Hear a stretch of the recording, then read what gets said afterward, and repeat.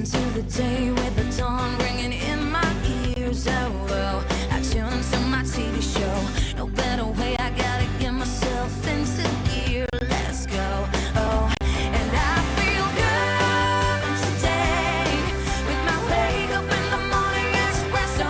I feel good today. It's my feel good breakfast show.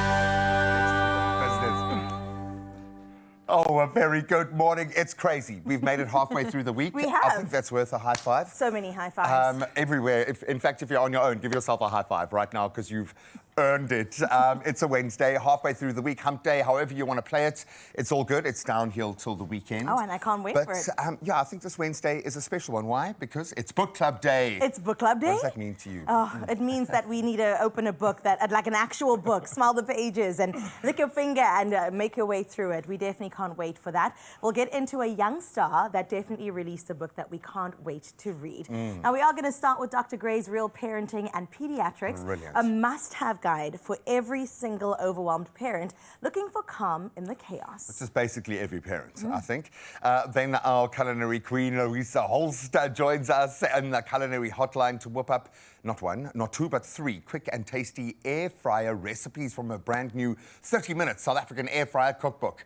It was going to happen, people. And that was created specifically for me. Well, I think for all of us, maybe. Absolutely awesome. And then finally, we're going to meet, yes, as you said, a phenom, let's call her a 10-year-old author, Mighty Grace, whose book, Smiley and the Magic of Her Curls, I love that, reminds us all that our uniqueness is where our magic truly lies. Oh, man. And then grab your coffee, open your hearts, and let's turn the page together into the entertainment that awaits you right here on your Feel Good Breakfast Show. Oh, it's massive. I'm going to send you off to go and do your news duties. I'm going to maybe not send you quite off the show, but maybe you can have one eye on your social media and just have a look at our social streets to see if you can pick up who is on the show live this morning. We cannot wait to welcome the boys back. It was a different world when last we hosted them here. They have blown up in the biggest way.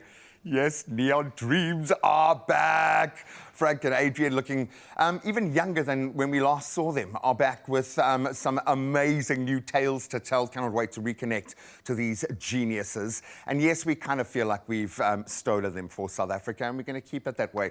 So let's catch up with South Africa right now. Let's find out how you guys have been doing. Get onto the news from yesterday. I'll touch on some of those sporting headlines as well. Then the conversation truly can begin. Carissa, over to you. Well, thank you so much, G-Man. 2 minutes after 6 o'clock, it's time now for your national news headlines, where suspended Deputy National Police Commissioner Shadrack Sibiya has denied disturbing the crime scene where the Bafana Bafana captain Senzo Moyiwa was murdered in 2014, telling Parliament's ad hoc committee that he arrived hours after the shooting and did nothing to hinder the investigation. Meanwhile, the Madlanga Commission of Inquiry ordered that witness X evidence be read on record through an intermediary after technical issues disrupted live testimony. Now, Judge Madlanga said the decision strikes a balance between transparency and protecting the witness's identity, following objections from media outlets. In other news in the country, the Safety and Security Sector Education and Training Authority and the South African Police Service celebrated the graduation of the first group of 138 trainees who completed the Occupational Certificate Non-Commissioned Police Official Program. Now accredited by the Quality Council for Trades and Occupations and equivalent to a 2-year diploma, the outcomes-based training equips officers with practical skills, operational competence, and a strong ethical foundation. Now, the qualification is considered a key milestone in professionalizing policing while formally recognizing their skills as well as their knowledge. In your international news making headlines, Madagascar's military has taken control of the country following President Andry Rajoelina's impeachment by lawmakers and his subsequent flight amid youth-led protests. Now, Colonel Michael Randrianirina announced on national radio that the army would dissolve most institutions, including the Senate and key courts, while keeping the National Assembly intact. Now, a military-led committee will govern alongside a transitional government for up to 2 years before the new elections. The move follows a constitutional deadlock after Rajoelina attempted to dissolve parliament, with the 51-year-old former coup leader condemning the takeover. Meanwhile, Instagram has tightened content filters for teen accounts to align with PG-13 film rating standards in its biggest update since launching teen accounts last year. Now, the move, part of Meta's push to prioritize child safety, will limit exposure to content involving nudity, violence, drug use, or even risky behavior. Posts promoting harmful challenges or even glorifying alcohol and tobacco will also be hidden. Now, the update is rolling out in Australia, Britain, Canada, and the US, with wider expansion planned in the future. Now, Meta says its goal is to ensure the, quote, most protected settings for teenagers. And let's close off here with our girl. South African pop sensation Tyler keeps the hits just flowing, with a global smash hit Water diving in at number 135 on Rolling Stone's 250 greatest songs of the 21st century. At just 23, his signature pop piano sound, breathy vocals layered over Amapiano's log drum beats, has captivated fans worldwide. Now, Rolling Stone hails the track as a dazzling mix of South African rhythm and global pop appeal, calling it one of the freshest songs of the decade. Now, the list celebrates the songs that shaped modern music, with the top 5 featuring Missy Elliott's Get Your Freak On, the Yeah Yeah Yeahs Maps, Beyoncé featuring Jay-Z's Crazy in Love, and the White Stripes' 7 Nation Army. And Taylor Swift's All Too Well is also on that list as well. So our girl is sitting in quite good company too. Congratulations to Tyler once again flying that South African flag so high. And I know that there are more people doing exactly that in the world of sports. Here's Graham with your latest.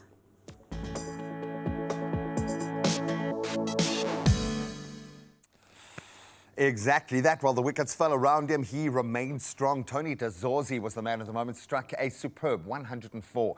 But unfortunately, South Africa trailing Pakistan by 226 runs heading into the final day of that first test in Lahore. Senora Mutasamy, once again the destroyer-in-chief, took 5 for 57 to add to his first innings 6-wicket haul, as Pakistan were bowled out for just 167 in their second innings. So set 277 to win, the Proteas reaching 51 for 2 at stumps, with Dazorzi still at the crease, and then Ryan Rickleton steadying the innings, ready to make his mark. See if we can get across the line. Well, speaking of which, we have put the story to bed, and emphatically so. Let's talk football. South Africa booked their place at the 2026 FIFA World Cup with a dominant 3-0 victory over Rwanda in Mbombela. Talent Mbata, Osmanopolis, and Evidence Makgopa were on target as Hugo Broos's men now topped Group C, where they should be. Bafana will now turn their focus to preparations for the 2025 Africa Cup of Nations in Morocco. Now let's get back into cricket as a heavy rain washed out Sri Lanka's Women's World Cup clash against New Zealand in Colombo. That was after the hosts posted a solid 258 for 6. Nalekshika Silva smashing a record 26 ball 50. Incredible, while captain Chamari Atapatu hit 50 as well. So it's showing a lot of hope at both teams sharing points as a result, with Sri Lanka next facing South Africa this coming Friday. It looks like they'll have a point to prove as well. Now let's continue to tell the tale of golf, and it's been a really interesting year, underpinned by Luke Donald's achievements. He says he's still enjoying the moment, and that's a quote, after becoming the first European captain to win back-to-back Ryder Cups since Tony Jacklin. So following Europe's 15-13 nervy victory at Bethpage, Donald said he hasn't decided on leading the team again in 2027, but would gladly assist if asked. I think it's the kind of job you don't turn down. And that's where we leave our sport for now, but well done once again to Bafana for taking their future into their own hands. Absolutely love that. But right now, hopefully we are loving the weather. Let's see how that is shaping up on your Wednesday.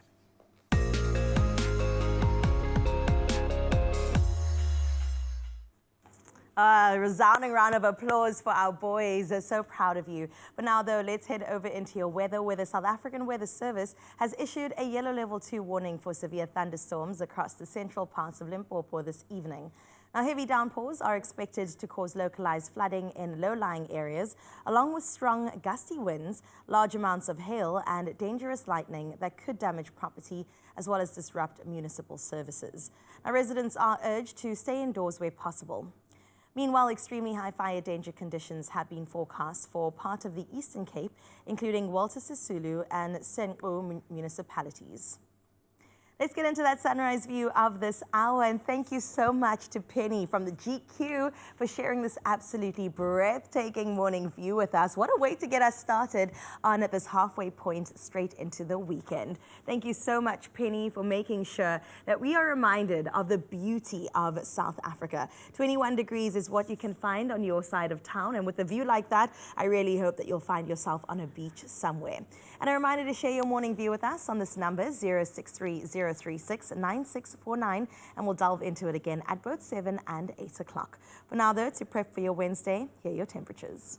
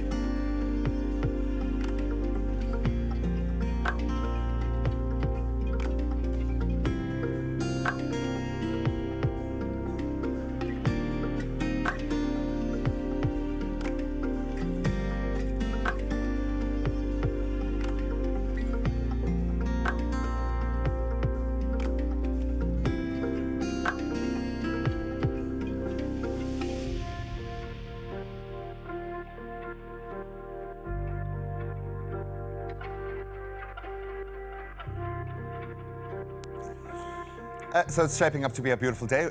Well done.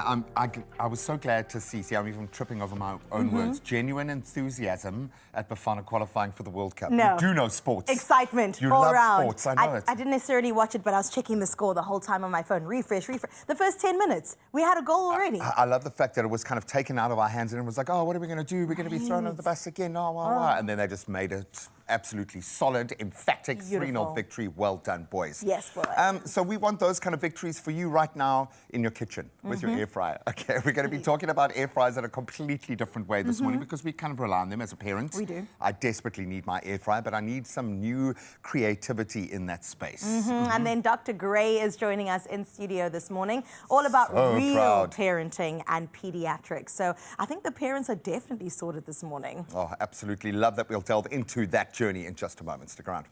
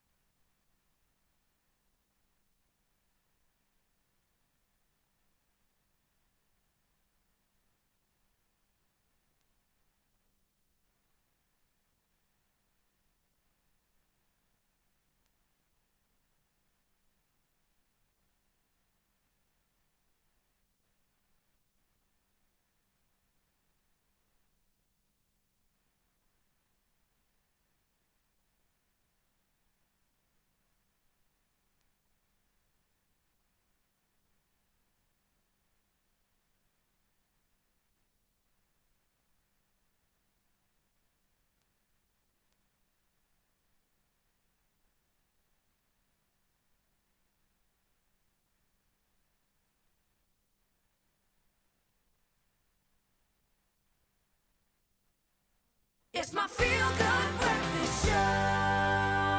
Welcome back. It is your Feel Good Breakfast show at this halfway point to the weekend. And speaking about the weekend, I know that you don't want to spend any time in the kitchen, and an air fryer always comes in super, super handy. So this morning we're saying air fryers equal life changes, right? The maths just makes sense. So we want you to stand your chance to win one of 3 copies of the 30-minute South African air fryer cookbook. This beauty right here. Now to enter, tell us about the best meal that you've ever cooked in an air fryer. I'm personally put that question out so I could steal your recipes. And let us know via voice note on our WhatsApp line on 063-036-9649. Now listen, Mzansi, this competition closes today at 9 a.m. So at the end of the show, those entries must be in. T's and C's, of course, can be found on expressoshow.com. For now, though, we're going to turn our gaze upon real parenting and pediatrics. Dr. Gray and Graham, have a great conversation. I thought you were calling me Dr. Gray there for a second. I was like, okay, I'll take it, man, I'll take it. It does kind of feel like you need a PhD when you become a parent, and I'm a parent twice over. Not even half as qualified as the doctor and professor sat beside me. Why? Because she's got 4 kids of her own. She has been through the journey. I'm talking about one of our absolute favorite resources on the show, but she is casting a much wider net for all parents out there. And I think parenting in 2025 often means sifting through an overwhelming amount of advice online, not always the best advice, from sleep routines to first foods to allergy fears to toddler tantrums. I'll take a moment. But what if there was one trusted guide that distilled medical facts, emotional wisdom, and real-life parenting into one practical book?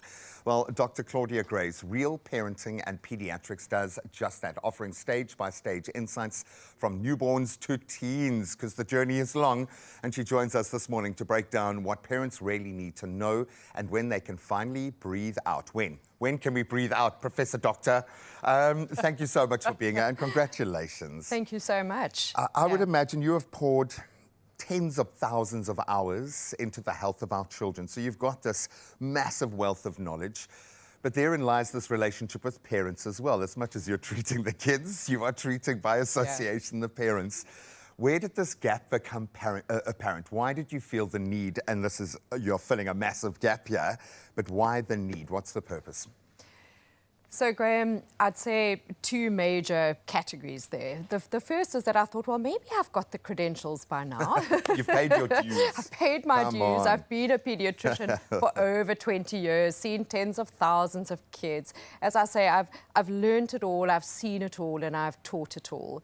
And that's experience. That's not just sensationalism or influencing. Or it's agenda-driven. It's real, yeah. It's real experience, and that's come at a crossroads with having parented now for almost 20 years. And as you say, that's 4 kids of all ages and stages. Sure. And you think toddlers are bad, wait till you hit the teenagers. I just remember myself at that age, and I'm thinking, this is my karma. Yeah, so I thought the credentials were there, and that kind of intersected with the time where AI has really rocketed.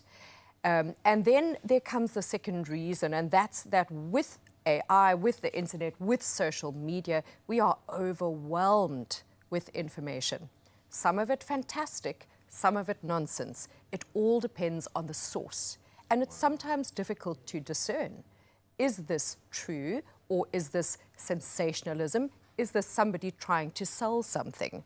So I wanted to create a trusted guide, written, tapped from my brain and from my heart, from not tapped source. on a computer, Yes. from the source, tried and tested. The other aspect was to have it all in one, under one roof. So from tiny tots to teens, because many put it all in one journey in perspective. As you know, because you've got little kids, you buy a book on sleep, you buy a book on eating, you buy a book on 0 to 1 years, you buy a book on how not to shout at your children.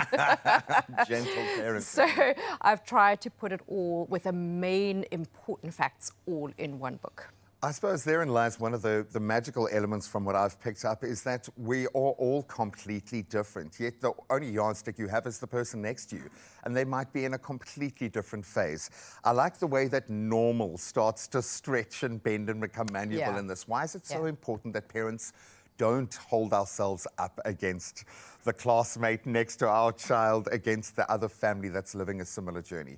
You are so right, and it's so easy to do that, especially in the era of social media, where everybody puts their best side and their best holiday and their best accolades out on display. And then we think that's the norm, and it makes us almost feel inadequate. We know that comparison is the thief of joy, and especially in parenting. I say somebody else's mold might deform your family. So every family is unique. But within the book, I do give ranges of what's within normality. And obviously, if a child falls without that range developmentally, for example, you do need to seek attention. You want to know those buttons, those alarm bells are going to be pushed. Absolutely. Because you sit on that verge all the time, and especially with a younger baby, you know, when the temperature spikes, you're in hospital, and it's this quite an unforgiving, terrifying space, especially if it's a first child. So much of, I would feel, societal influence is take a step back, let's get institutional, let's get a system around your baby so that you can map and plan and be in control. Babies just need cuddles. Parents just need cuddles. One of the greatest gifts I was given was the bonding opportunity I had, especially with my daughter, because of both of my physical condition and hers. But I realized that those few months of being physically connected, cuddling. You use the word cuddle through the muddle. Absolutely. That sounds more comforting to a parent than it does to a child. Why is that connection so important? Yeah. So literally, if you don't know what to do with a young baby, hold on tight. Just swaddle. Just hold swaddle. on tight. Just cuddle through the muddle. Especially for those first 3 to 4 months of life. Babies cannot manipulate you. We always think, we must let them cry a bit because they're being naughty. That's their only form of communication. It always means something. So, you know, choose connection over correction. So if you're not sure, always choose what's going to help you attach, because the baby needs to know cuddles, warmth, dry nappies, safety, food are going to come my way when I cry. Otherwise, they'll be abandoned. And then their milestones will also suffer as a result of that. So attachment is number one. And that's number one from little babies to our age, mine even more than yours. No. Life is all about attachment and communities. And I think in the era of AI and social media, we forget that real people and real communities and real intuition, rather than an app, are most important in parenting. We're getting examples every day, and I think your conversation, what you are leading with, is also being counterbalanced with some massive new moves within the social media space and more agency for parents to do something about protecting their children. But we are set up against digital monsters, AI-driven beasts that are going to be trying to influence us, trying to make us feel insecure as teenagers and as parents. How do we stand up to, or maybe shift our mindset, protect ourselves against the digital onslaught of what we should, could, must be doing? Yeah, you know, Graham, I always say, well, I mean, what you say is absolutely important, because sometimes we don't even know if we're interacting with a person or a bot. Most times we're not. Yeah, acting with a person. Well, at this stage, I think it's now said statistically that a quarter to a third of our interactions with a computer are actually with a bot or with. You don't even know, we don't even know. We don't even know. And what experience does a bot have? Yes, they can accumulate lots if it's from a good source. But once again, if it's from a nonsensical source, it will give you nonsense. So what protection do we have? I think go back to real GPT, which is grandparents, parents, and teachers. Go back to real community, try and find a village. And there are lots of little tips in this book. Of course, AI, internet, social media is part of our lives, but we have to learn how to incorporate it in a positive way, how to give our children boundaries. It's so important and so difficult at the same time. But family life takes preference over social media. Oh, completely. And print that on a T-shirt. Maybe the next book that you do, we'll title that. It looks like it is jam-packed with very practical knowledge. I'm just thinking what a feat it must have been to get to this point, to release this book based on everything that you've achieved in your life. But congratulations. I love that. You're all-in-one guide from tiny tots to teens, because the journey is quite hectic. And I think yes, we need our doctors in our corners, but I think from a system perspective, we need those that are leading the way, that have the practical knowledge to open the doorway for all of us. And we are pushing back with a book in the digital era, which I like even more, which is absolutely amazing. No, we're going to continue with a very practical guide to parenting in this modern age, from tiny tots to teens, with Dr. Gray in just a moment. Only you can make my day.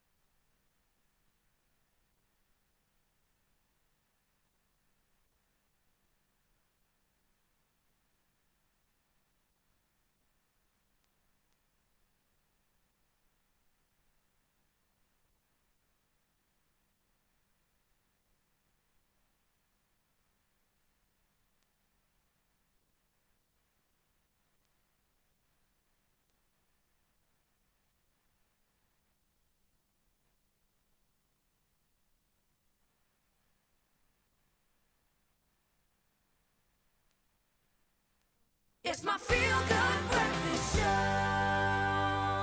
Welcome back as we continue to revel in what I think is going to be one of the best guides to parenting that has ever come into our space. We explored by Real Parenting and Pediatrics is a reassuring guide for overwhelmed parents. So it always starts with the parents, not with the child.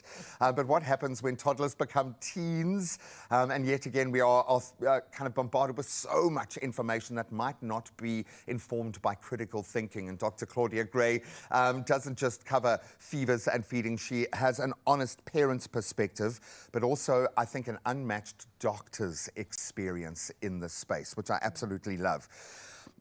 Maybe you can give me some examples of how that journey comes to bear, because I love the fact you can apply a professional and a personal kind of connection to almost anything. So talk me through the modality of the book. Yeah. Okay, so on that note, with the professional and the parent, I think parenting my own 4 kids has been my most valuable medical education. Oh, for sure. More so than slogging over books for how many years and doing a PhD and doing a subspecialty. Parenting has been the biggest amount of information, and it's been the hardest thing I've ever done.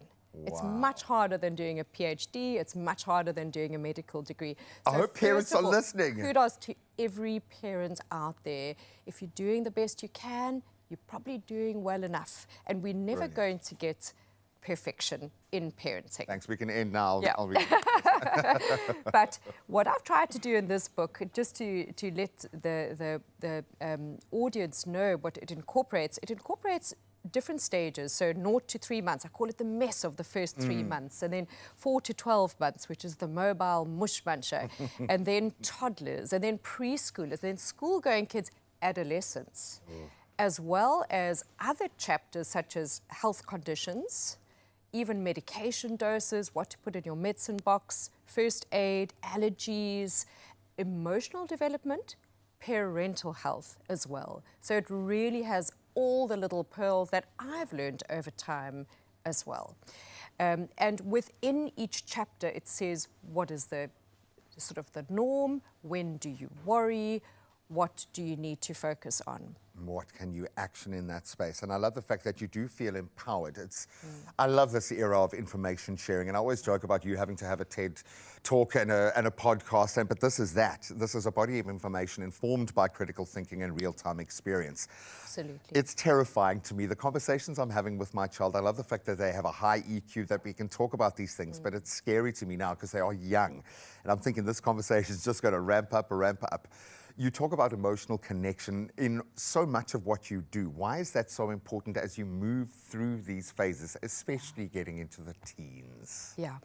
So human beings are all about attachment, and as I've mentioned, I think we do forget that this connection is the most important thing. Speaking out of us, we maybe, know yeah. about the Harvard study that, you know, looked at 2,000 people over 85 years and found the most important thing determining happiness and even health is having good, deep-seated relationships. So connection is so important because connection also builds trust. And if you have a trustworthy relationship, the kids will open up. Otherwise, they'll hide things and keep them behind your back. So it is really so important to have this attachment. A feeling of belonging also roots a child and helps them not to go astray and get more influenced by their peers than their parents. I love it, and it keeps everyone on the same page. Because you often forget if you as a parent are hiding something, and often we'll do it to protect our children. You often hear that in a marital space, and that often the knock-on damage is far worse. How do we look after ourselves through this journey? Because I would imagine you have to kind of split this 50-50 at some point. How have you looked after yourself and fed your personal passion and purpose while being a parent 4 times over and netting about 25 degrees? So, not always correctly, because I have been close to burnout, but I think also just, you know, realizing when you've reached your limit and then actually doing something about it. Now, what I do talk about quite a lot in the book is your chapters in life. So for every chapter, you need to say what is redundant and not serving my family at this stage and try to shed. So in the last 2 years, I've just shed lots of committees because I thought, you know, I've got kids in matric, I'm driving teenagers around, I've still got one who's relatively young. I don't need to spend my Saturday being on this committee or this thing. It no longer serves my family. So shedding those leaves, pruning what you don't need is so important in parenting. Pruning. And realizing also this too shall pass and I can do this at another era of life. I love that because through this you're teaching culture to your family. You're teaching your kids how to move through these seasons of life in a very natural way, which I love. I want to go back to something that you said, comparison is the thief of joy. That's landed very heavily with me because I think all of us, and certainly in my space where I live and work, where my son's at school now, especially my sister, my daughter will go into a similar system, we are all on this trajectory. How do we not get swept away in that? What practical things can we do? I think for me it's been quite an interesting journey because with my first one, I was like that. You kind of think my kid has to be the same or do as well as the others. They have to go to this swimming lesson, they have to go to this extra polo club because we see them as an extension of ourselves, and that's a really big mistake in parenting. Our kids are different beings, and we've been given them by a higher being to look after and to nurture. So the first thing is to try not to get kudos through your kids' achievements. Rather praise the effort rather than the outcome. So that's a very important part of it, because as I mentioned, if you have this plan of perfect parenting, it almost always backfires. And I've seen this with It's like a wedding, it's like a birth, it's like anything. It never works. I can tell those parents from a mile away when they come into my practice. These are the parents who are thinking perfection. Oh, my darling, be careful how you touch them. It almost always backfires. It's an imperfect art. Parenting is imperfect. It's like a Picasso.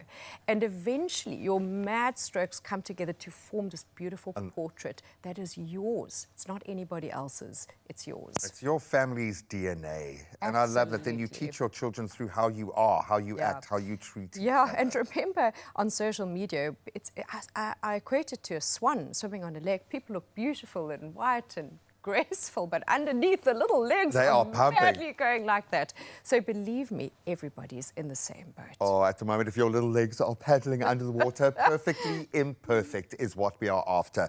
Dr. Gray's Real Parenting and Pediatrics. I know she doesn't call herself a parenting expert. I do, though, and I think it's been informed by a doctorate and a couple of medical degrees to get her there. But yes, she's achieved it, and now we all can. You can get your hands on this right now. Go over to our socials. I think we'll chat a little bit more about this as we progress this morning. Doc, Prof, whatever you go by today, parent, we love you and thank you so much. Mama. Well done. Mama Bear. There you go. Well Thank you so much. Thanks, guys. Thanks for your support also on the show. All right, now we want you to buckle up because the World Sports Betting Cash Out game is about to take flight. So watch your winnings soar higher and higher with every single second that you stay in. But here's the challenge and the kicker. Will you cash out in time or let the plane take off with your prize? Now stand a chance to be this Friday's on-air pilot where you could win anything between 1,000 and 10,000 Rand if you cash out in time. Simply reply to the competition posts on the Expresso social pages and just tell us this one thing. You just won big with WSB, okay? Who is the first person that you're telling? Is it going to be us? Well, we already know, obviously. But let us know across our socials and don't forget to use that hashtag World Sports Betting in your comments. Now, this week's competition closes 10 a.m. on Thursday, the 16th of October. And T's and C's, of course, can be found on expressoshow.com. But that's for Thursday and Friday. What's happening today on the show? Well, we still want to plug you into some more delicious recipes. Listen, we're going to get into something so good, and you're going to be surprised that the goodness is coming from an air fryer. Of course, Louisa Holster's here, and we've got to find out a little bit more about the 30-minute meals based in Mzansi, based here in South Africa, that we can create with an air fryer. We're talking chicken. We, of course, are talking biltong and garlic bread croutons. I mean, my goodness, my mouth is already watering. So we'll take the shortest break and be back straight after this. Only you can make my day.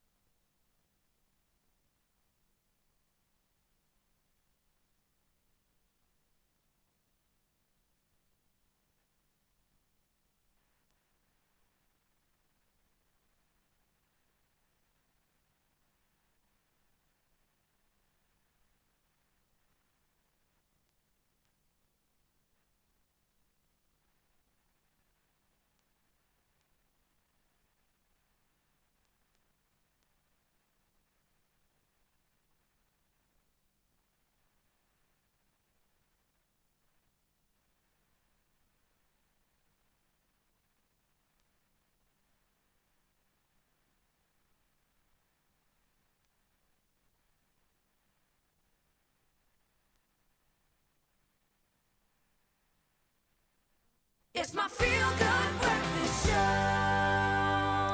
It is your Feel Good Breakfast Show, and it is also Book Club Wednesday. Now, today we're joined by award-winning food consultant, recipe developer, and best-selling author Louisa Holst. Now, listen, this gorgeous woman has over 20 years in the food industry. Louisa has also got a passion for creating quick, delicious, and proudly South African meals that the entire family can enjoy. And that's another reason why we love her. Now, her latest release, 30-minute South African air fryer magic, is packed with flavorful but fuss-free recipes, and we're diving into the inspiration behind it, also her process, we've got to find out, and what it really takes to develop a cookbook that works in every single kitchen. So Louisa, welcome and thank you for being here. Thank you so much for having me. Of course, and thank you for doing the nation a huge favor and making sure that we're all in the kitchen, right? Absolutely, it's so easy now. Yes, it doesn't have to be so intense and overwhelming. So you do have a new cookbook, and of course it is proudly South African. The country is just relishing in the goodness. I heard biltong and chicken go together in our salad a bit later. So why was it so important to you to infuse local flavors?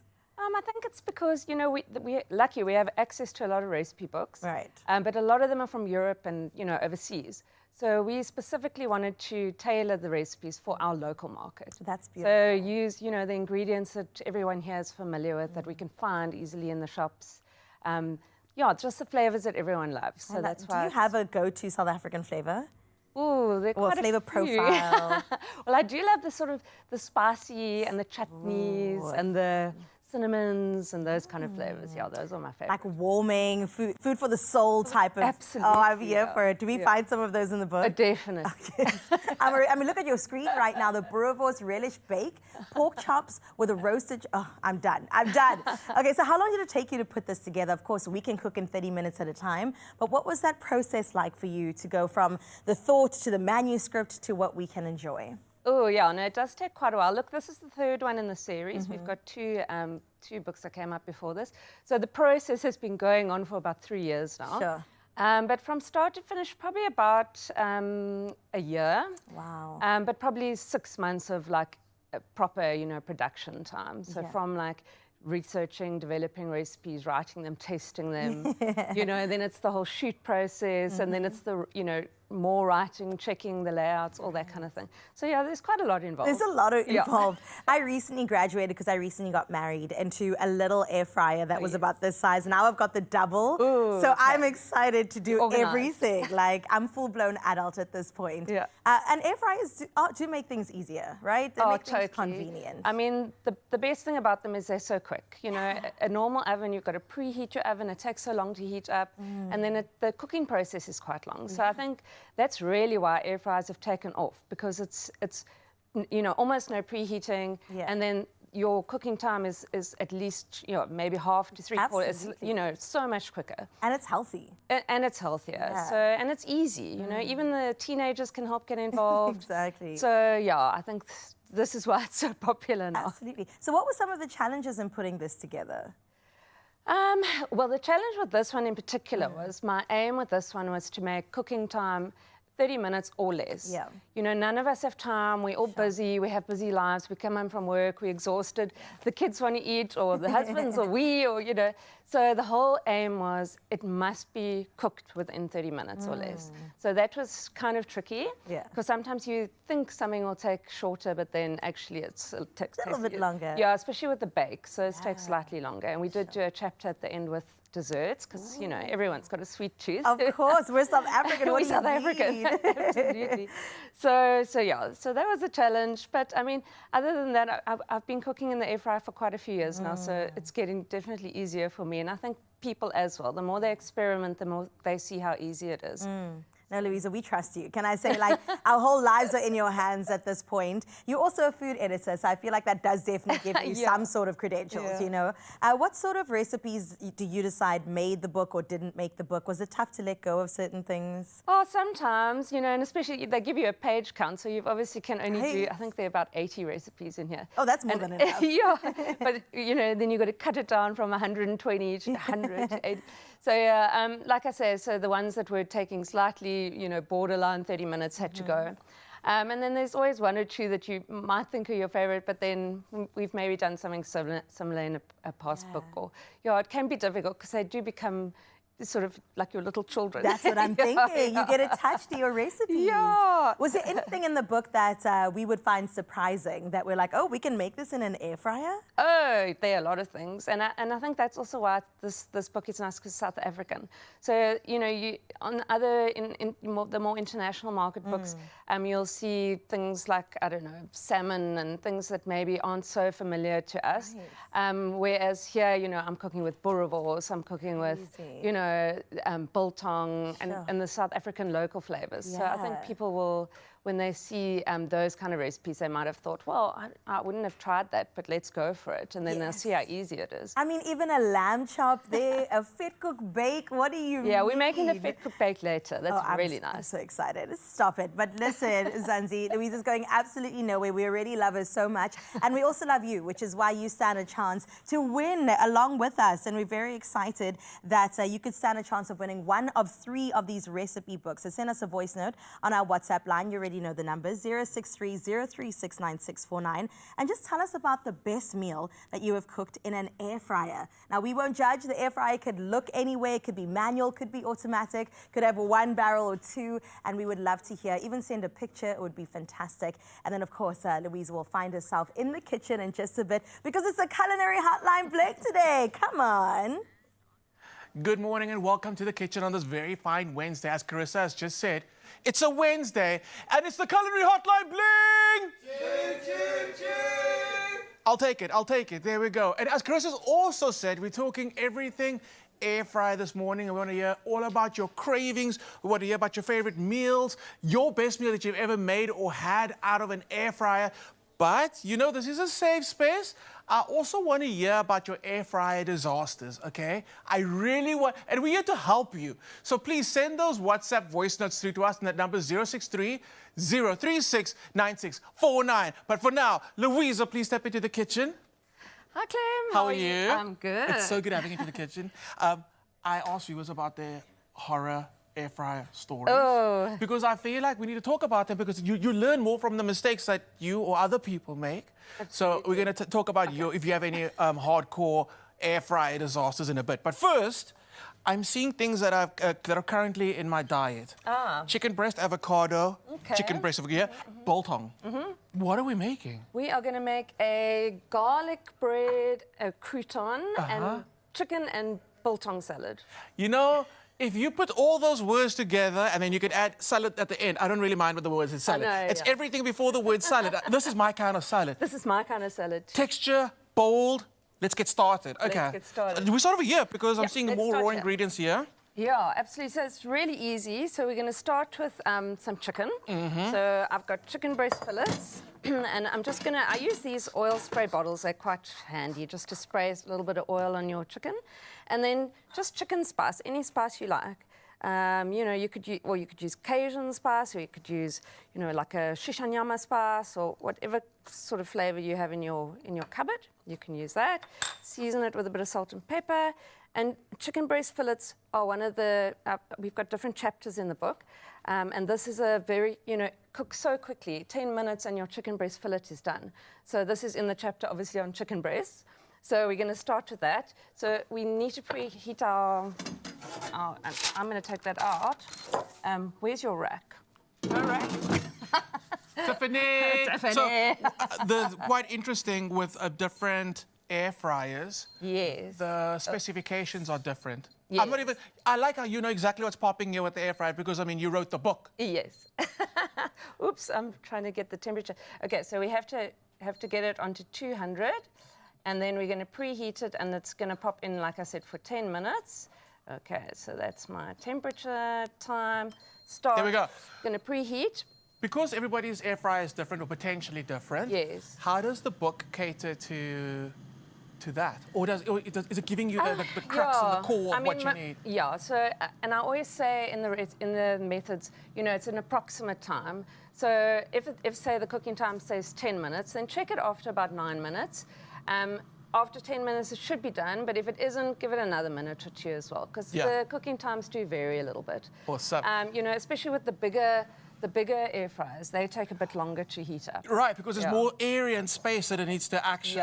Okay, let's swap sides. I'm going to let you have that corner. I'm going to stand here. Okay. And then while you're busy with that, let's actually talk about the olive oil. 100%, if you have an air fryer, you should be having your oils coming out of like a atomizer or a spray bottle. It just makes it so much easier. I mean, it's also fine to just drizzle it, but the spray, and especially if you're doing ingredients like veggies and stuff, just to give it a quick spray, it really does help. And the way it disperses the oil, literally, like you end up using so much less. I don't want to spray you. You end up using so much less compared to like drizzling. Yeah. So number one, you're saving money, and obviously air fryers don't need that much oil. No. So I'm going to pop these in. Okay, I don't know where your rack is, but I'm just going to put them directly into here. Tiffany. Oh, we got the rack. Is it too late for the rack? Okay, the rack. Tiffany's here with the rack. Guys, Tiffany. Thank you. Tiffany. If you're wondering why there's no more load shedding in South Africa, Tiffany, she fixed it. Tiffany fixes everything. Thanks, Tiffany. Thanks, Tiffany. Okay. So the rack is just nice because the air circulates. So the next recipe I'm going to cook, I'm actually going to cook without the rack. Nice. So, but for this one, you know, you want the air to circulate, and it just crisps the edges a little bit. So that's nice. Did I accidentally oil your bowl now? Oh, but that's fine. Another thing about chicken breast is my new habit with chicken. Whenever I buy chicken, okay, we'll bring it over here. We'll cook as we talk. Yeah. My new thing with chicken is even if I'm going to be, especially if I'm going to be dividing chicken into different bags and freezing them separately, I do label the bags so I know what month and what cuts they are. Good. But I season it. Because people don't understand, like seasoning a chicken before the time, way before the time, transforms the chicken. Exactly. So I like what you've done there, because you could actually do that ahead of time. You can.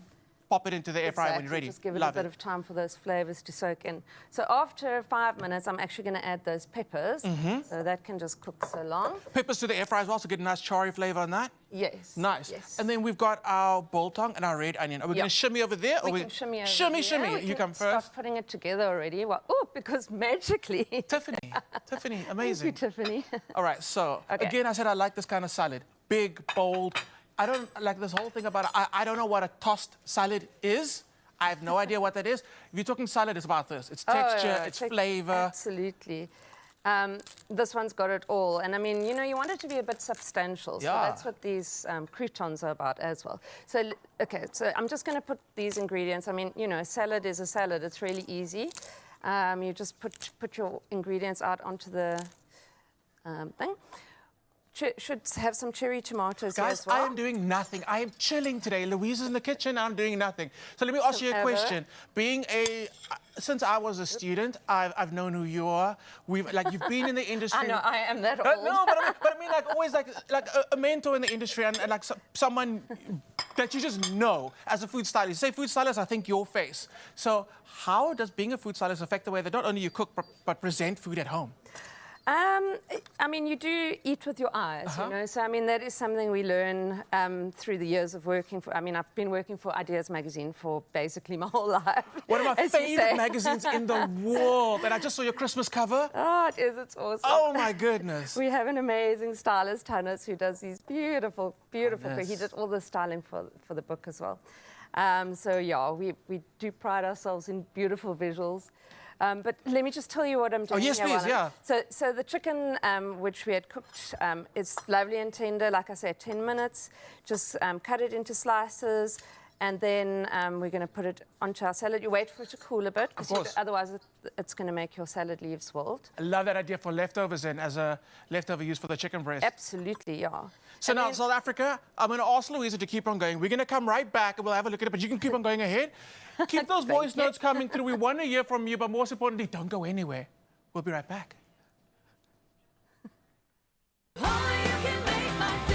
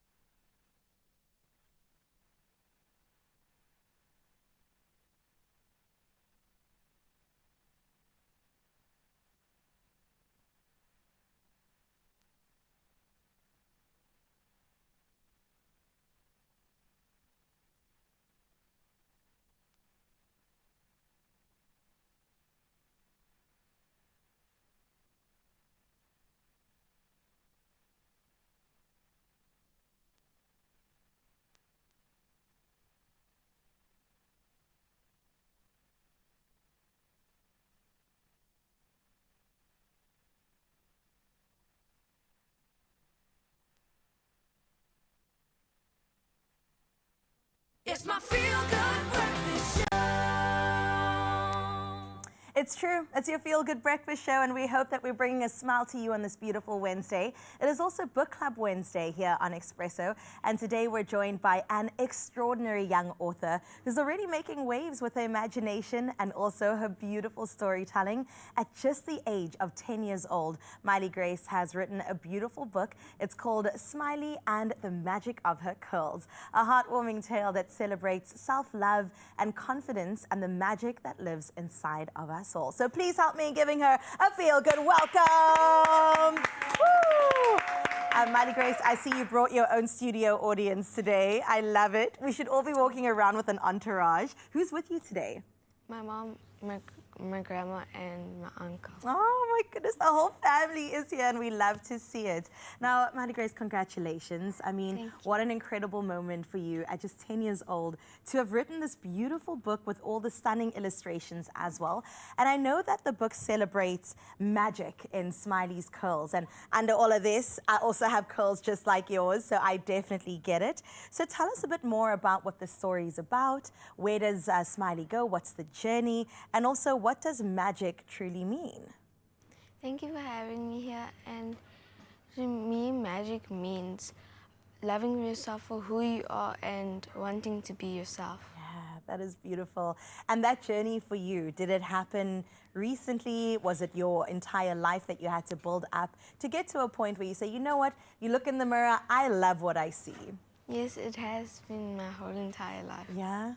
Yeah. Was that from your mom? Did she just encourage you to always love yourself? Yes. Yeah? And my grandma. And your grandma. Oh my gosh, that is so beautiful.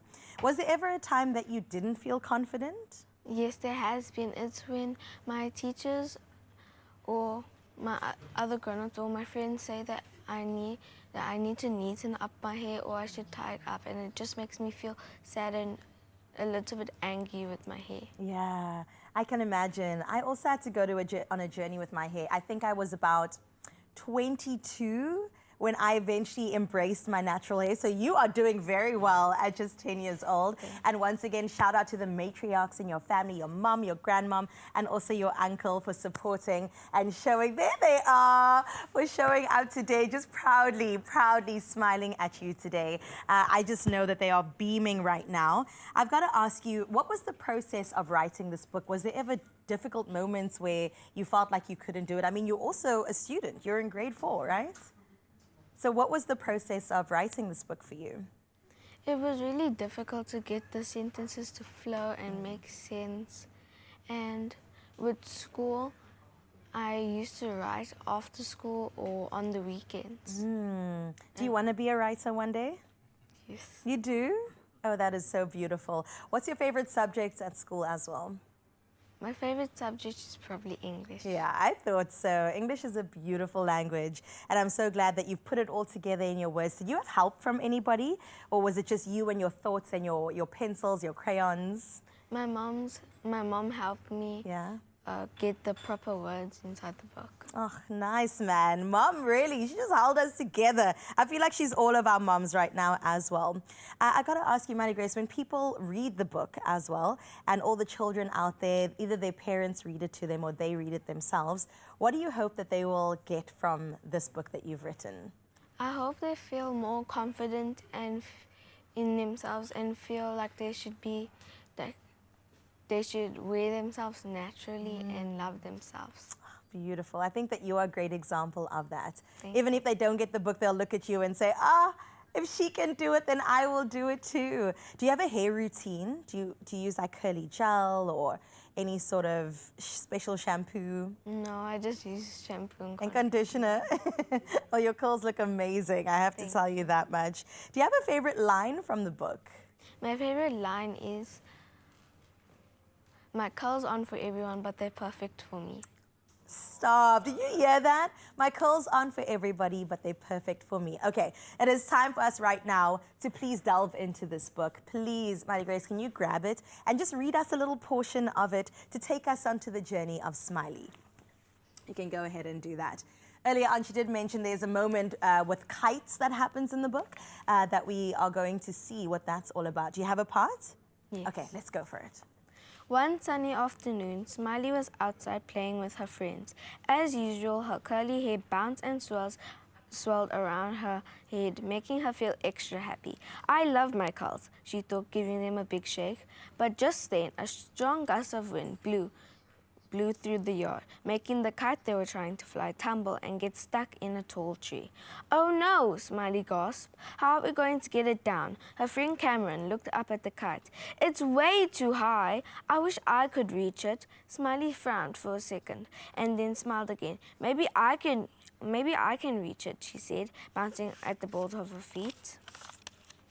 She jumped as up as high as she could, but she was still too short to reach the kite. I'll never be able to get it down, she sighed, starting to turn around and give up.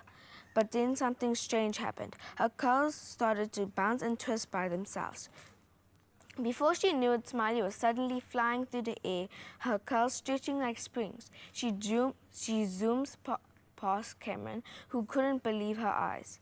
Smiley giggled as her curls bounced her up and down like a trampoline. Aww. She reached the kite, grabbed it, and landed softly back on the ground, her curls gently bouncing to a perfect landing. Oh my goodness, the perfect end and the perfect landing. Please can we give that a round of applause?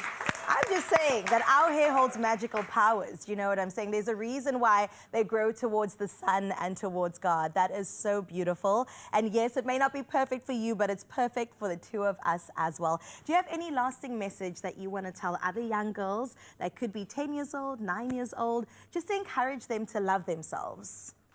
You guys should always love yourselves for who you are, and you should always want to be yourselves and not want to be anybody else. And you should love yourselves for how God made you. Oh my gosh, who's cutting onions? I'm out here tearing up. This is so beautiful, and what a stunning example of what true self-love looks like.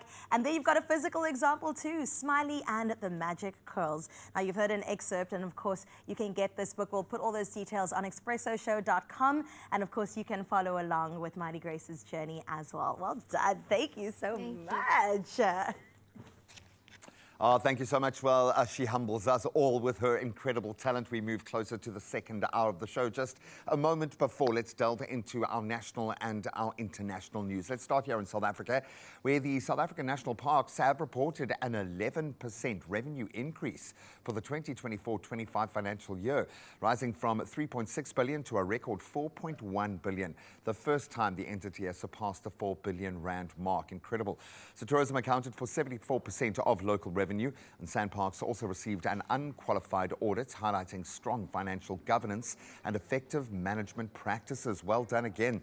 Entity continuing to strengthen internal controls, delivering positive results reflected in that audit general's report, painting an overall favorable picture of its operational and financial performance, getting it right where it matters most.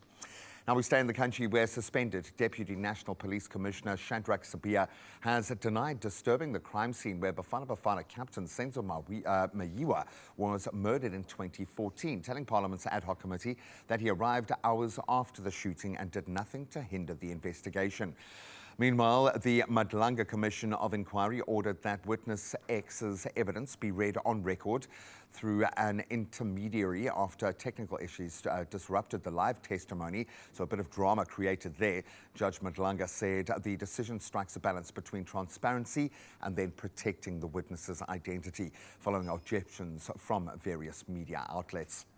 Now, casting a wider gaze on the international news front, the fragile US-brokered peace truce in Gaza is under renewed strain yet again after Israeli forces reportedly killed 6 Palestinians who approached their lines, claiming they breached agreed boundaries. The ceasefire, designed to enable humanitarian aid and the return of hostages, has falters as only 4 of 28 deceased captives have been handed back. Israel continues to keep the Rafah crossing closed and restrict aid deliveries, citing Hamas's failure to meet conditions, while the UN warns of a yet worsening humanitarian crisis and conditions across the enclave.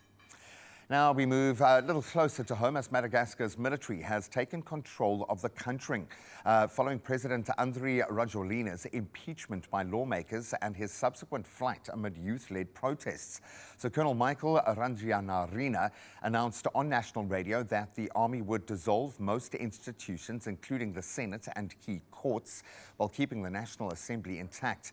A military-led committee will then govern alongside a transitional government for up to 2 years before new elections can take place. The move follows a constitutional deadlock after Rajolina attempted to dissolve parliament, with the 51-year-old former coup leader condemning the takeover. And now we round off with this one to temper the storm just a little bit. Who needs a wedding venue when you've got Wi-Fi? Couples anywhere in the world can now get married in Abu Dhabi via the government's TAM app. no plane tickets required. For just more than 3,000 Rand, you can fill in forms, upload documents, hire an officiant, and even hold a virtual ceremony in as little as 24 hours. Non-residents just need an easy-to-find lawyer buddy in the country. I'm sure you can do a bit of searching. Director General of TAM, Mohammed Al-Askar, calls it one of the world's first fully digital weddings. Love is now officially only a tap away. Rings not included, but emojis are encouraged. Hopefully you didn't swipe your way to that particular digital engagement. That's where we leave our news for now. Let's get into the sport.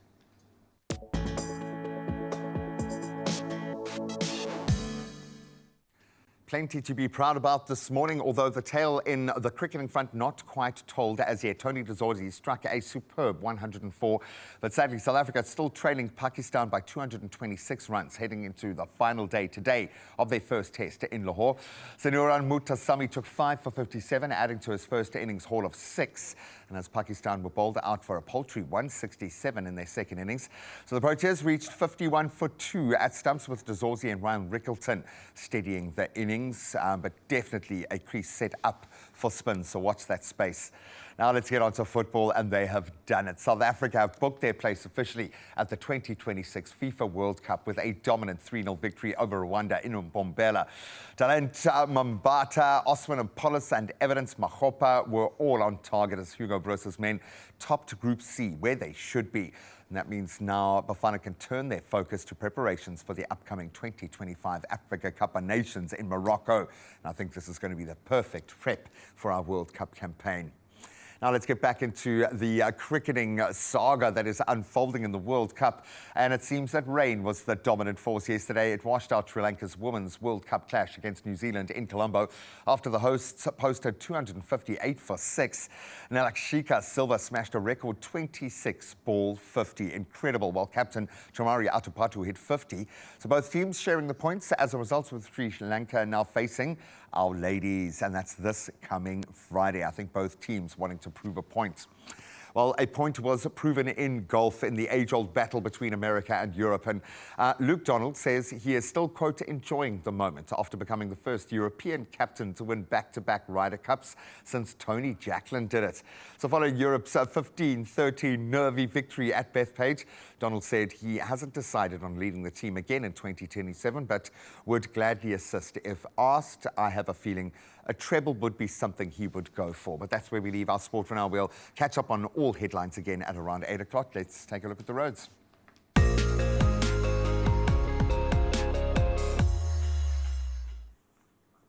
Thank you so much, G-Man. Let's see what the roads are doing out in Gauteng and Woodlands. Well, heavy delays are expected for motorists making use of the on N1 southbound just before Buccleuch interchange. Now, lanes are restricted, so do allow for added travel time, or if you can, do avoid the affected area. Now, moving over to Cape Town out in Delft, an accident has been reported on the N2 inbound after the R300. All lanes are currently open, but delays are very likely. So please drive with caution and stay alert wherever you're going. That's where we leave your roads for now. Let's check into your weather.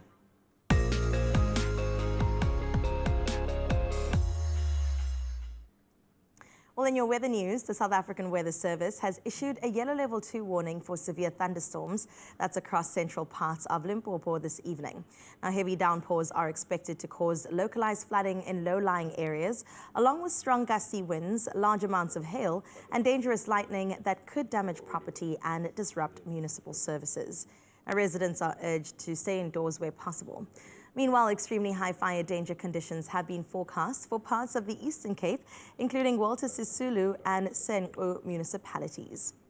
Heading into that sunrise view of this hour to put a smile on your dial. And listen, Rumba Govender from Phoenix out in Durban definitely understood the assignment, because look, the flowers greeting the sun, greeting the grass. It is just a harmonious picture of all nature saying, you know what, we're going to have a beautiful Wednesday indeed. 22 degrees is what you can expect on your side of town out in Phoenix. And a reminder to, again, that number, I mean, it should be on your phone, but I'll give it to you once more, 063-036-9649. That is where you share your beautiful morning view with us as we head into your temperatures.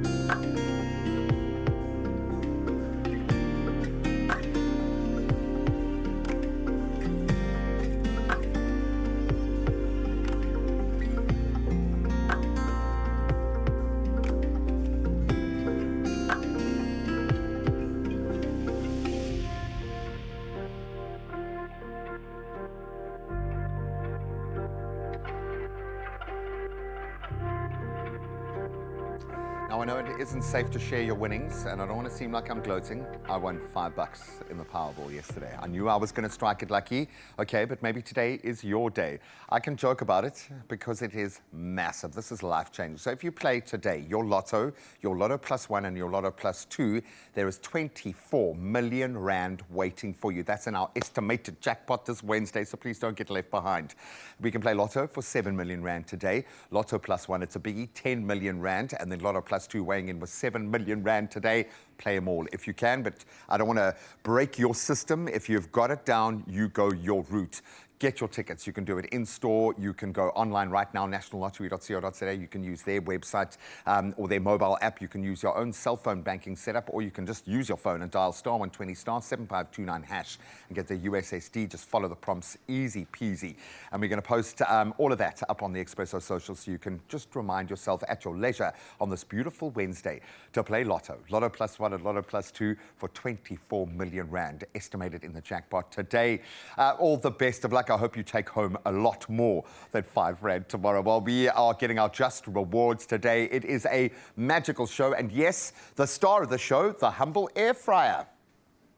You were going to say me. No, of course, it's the air fryer. All right. This is the beautiful recipe that Louisa and Claire made a bit earlier on. It's got biltong, it's got chicken, and the best part, it has got garlic bread croutons. Now, I'm going to just go ahead and add some goodness to it because Louisa said that I'm allowed to, so I'll have some fun. As I tell you that we've got more stars in studio, Neon Dreams and Bushlet G are here, and I can't wait to get into the new music and just find out what the gents have been getting up to. I mean, look at those faces. They definitely have some great music behind it as well.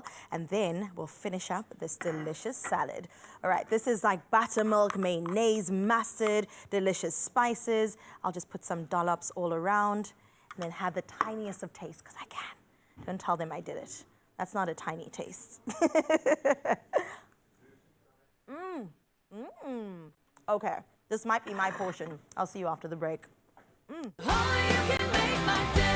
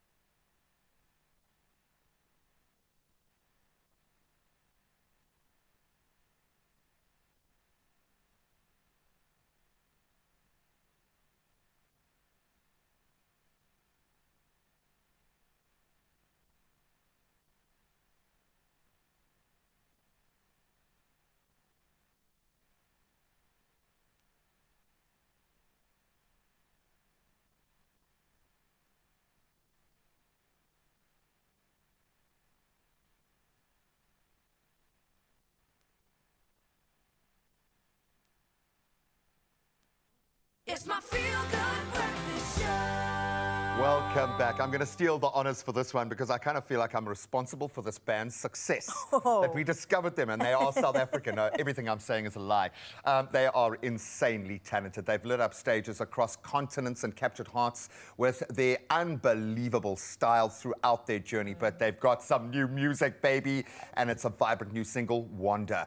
This morning, Neon Dreams and Bootleg G joined us to chat about the magic behind their incredible collaboration, the brotherly bond that fuels their music. But before we dive in, let's take a little gander. Take a look.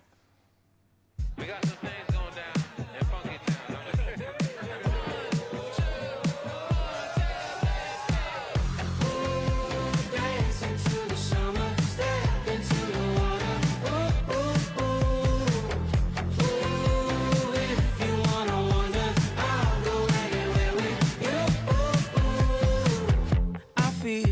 Like cruising down the coastline, sunny, let's bottle up the daylight, so we could pop it on a bad night. I got a feeling we'll be alright. Said you wanna run away, spin the That's so Neon Dreams, ladies and gentlemen. Frank, Adrian, and Bootleg. Welcome back, boys, and welcome to the family, I suppose. Thank you so much. Hey, the brotherhood is strong. I feel like I'm interrupting something here. And listen, she wasn't even supposed to be here.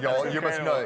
Never I once. wedged my way in. No, never once before on this show, in the incredible year that she has been doing what she does, has she muscled her way into an interview. So you must know. Feel honored. Feel honored. Take it on board.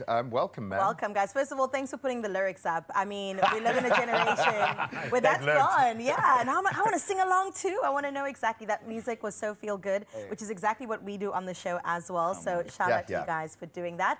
Wonder, born out of an impromptu session that happened in the Big Apple. Can you please tell us a little bit more? Take us into the evening. What actually happened?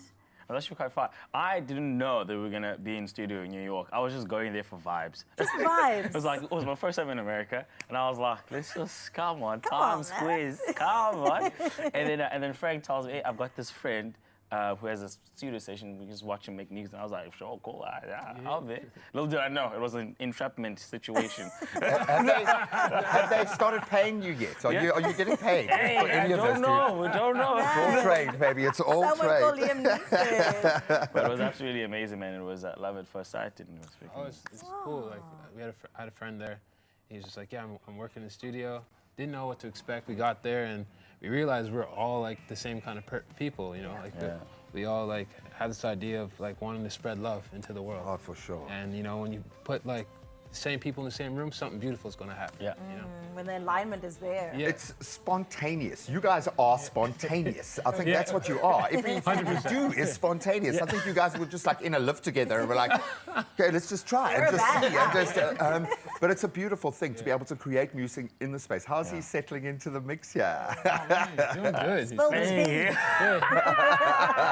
tea. He's been going for just a year, and like, yo, I'm really proud of this guy. Like, Come on, boy, man. he's doing good. Yeah. I mean, Adrian, you've been quiet. Do you agree, or do you want to actually tell the truth? So who's the most mature person in the mix here now, Adrian? Let's get the truth. I don't know. I know one thing is neither of them woke up this morning on time, so maybe. You're a rock star, baby. You're a rock star. To be putting out new music, obviously really exciting. Yeah. What is it about the connection with the South African fan base that makes us a part of your DNA, do you think? Why are you here to promote new music on our little slice of Africa, man? It's weird, like coming back every time. It's like, okay, I'm home now. You know, it's like the fans just opened up to us with open arms since our very first time here. I mean, our first interview ever was here, and since then, the fan base has grown and they've treated us like a family, and They made us like soon as like they first told us to come down, they're like, this is your home now. Yeah. Like South no Africans questions. would do that. Now go and do a search for yourselves online and ask the internet where you live, is all I'm saying. and now when we post in Canada, they're like, stop doing this, come back. About betrayal. Personal What now, is it's this? personal. Exactly. Wait, do your fans have a name? I I have this group chat now, and they all want to be called the Dreamers. Yeah. I was waiting love because that. you guys are like that. You probably know them all by name. And you'd be like, okay, well, there's Frank, there's James, there's Jenny, there's Maud, you know, there's Graham, there's Carissa. Come on. Giannis, yeah. Yeah, can I talk a bit more about your genre that you guys do? It is so beautiful, the way you kind of blend together. I think it's a huge resurgence of 80s right now, but there's also a bit of funk. There's the 70s influence, of course, brought into 2025. Yeah. And you also have a very similar sound in and of your own right. So how does that kind of come together, the genre bending? I don't know. Like we grew up playing all kinds of different music. We're in different bands. And Neon Dream started as a DJ group, so we had so many different genres as DJs. And I like to call our music sunshine music. So it doesn't matter the genre, as long as it takes you to a happy place. You know, as long as it feels good at the end. Like, I mean, you're mming there. Do you agree? No, 100%. I think for me, like if we can make music that can make people feel free. And bring us like a sense of joy into people's day. For me, job well done. So is that just talent? Or is there an algorithm? Because there are about 1 million musicians listening right now. How? How do you make the music sound feel good? Is it the hook? How do you bridge? How do you get that algorithm right? Because it sounds like you all the time, but it's not just your voice. It's like the sum of the parts is so much bigger. It comes down to purpose. Yeah. Like, we genuinely care about people, and we care about, like, putting good into this world. So I think the ideas that come to you, they find you. They're like, you're the right person for this job. Here we go. Here's a 70s, 80s vibe. Then I've got to ask this. You're 3 of the most chilled oaks on the planet. How do you work, ever? Who starts the job? Who's the guy that goes, okay, finally, come on, let's go? Or who says it up to you, man? I'm thinking... I was going to say my It's Adrian. It is Adrian. All the grown-up. All the grown-up. Love it. I'm so here for it. And of course, your Sunshine Tour kicks off as well. And we get a front row seat into the music today right here on your Feel Good Breakfast show. But now, though, I think the gents have worked up a bit of an appetite. Back to the kitchen we go.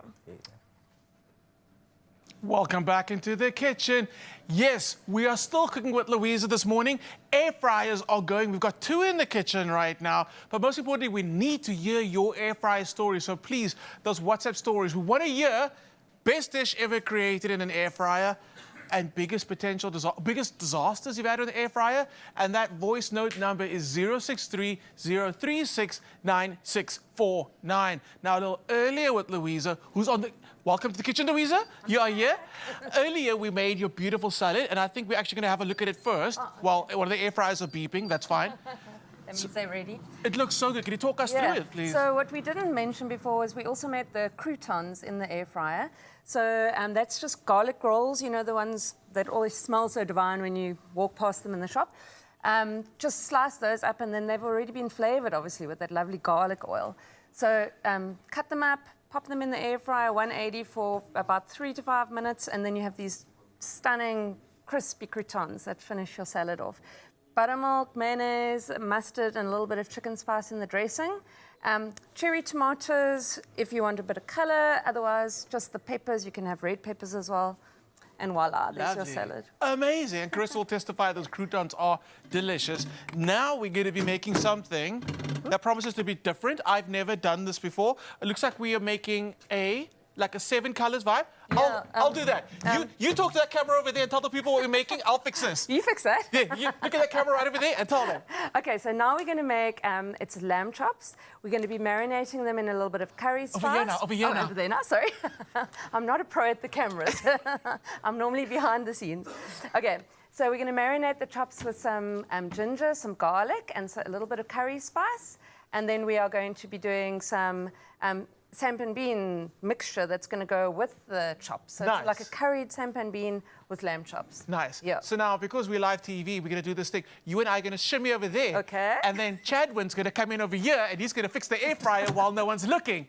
Okay, we're over here right now. So lamb chops. Chadwin's going to have to fix this one. Oh, goodness. Chadwin's going to have to fix this one as well. I think we might have tripped the electricity. We tripped the electricity. If you would like to send us electricity, South Africa, please, our meter number is... I'm just joking. What you can do in the meantime is send us those voice notes. This is ranking up as to be like one of our biggest air fryer disasters. And we want to know what yours is. That number is 063 036 9649. So okay, but for now, let's show how we do the So we're just going to get a spoon quickly.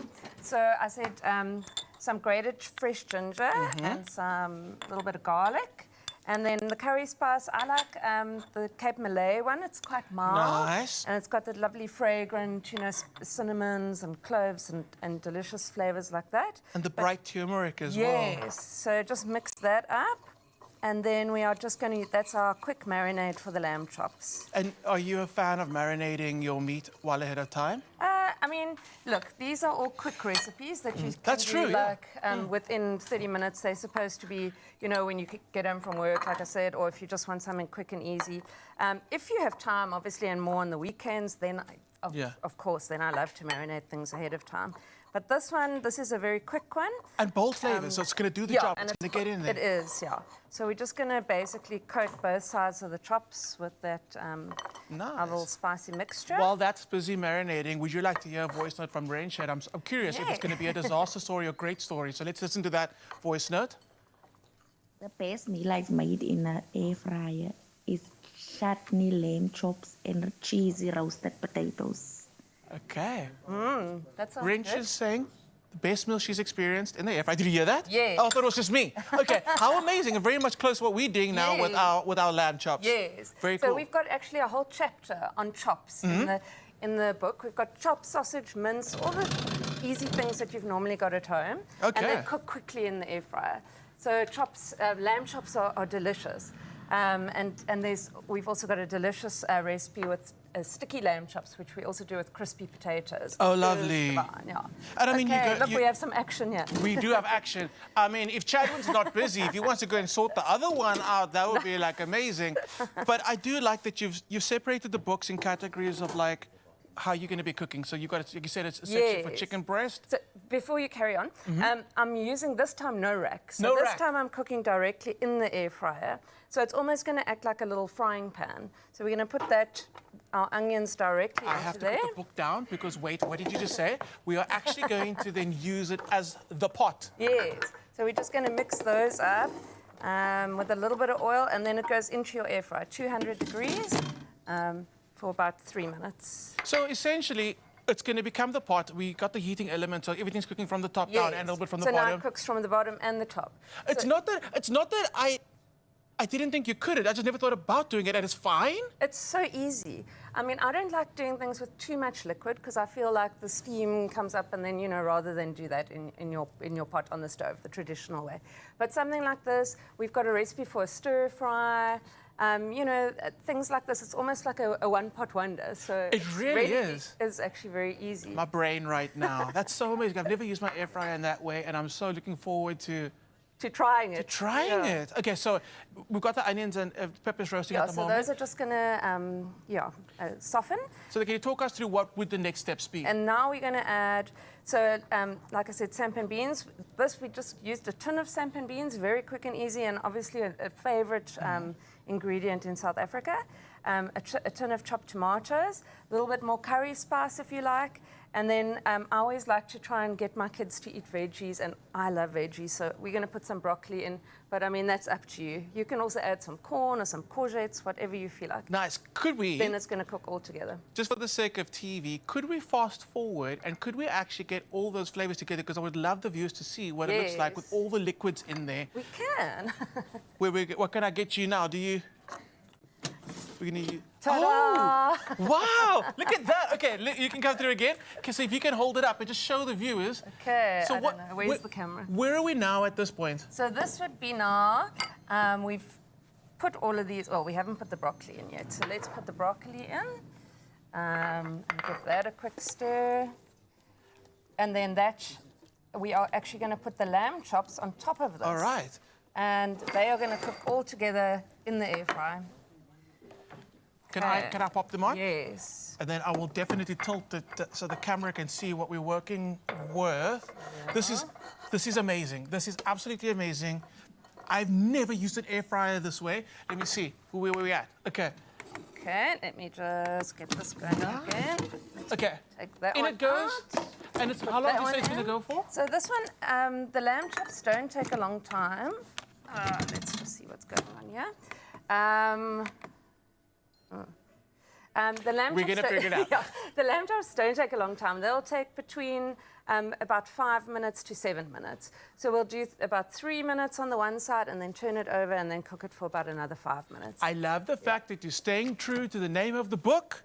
30 minutes. I love it. These recipes are so easy, flavor-packed, and coming through for like dinner on the table in under 30 minutes is fantastic. I know, it's what we all need. I know, it's absolutely. what we all need. Yeah. Get those voice notes through. Don't forget to get involved with the segment, but like, don't go anywhere. Coming back, Louisa's still here. I'm still here. It's going to be a quick We're going ad to make break. dessert after this. We're going to make dessert afterwards. Don't go anywhere.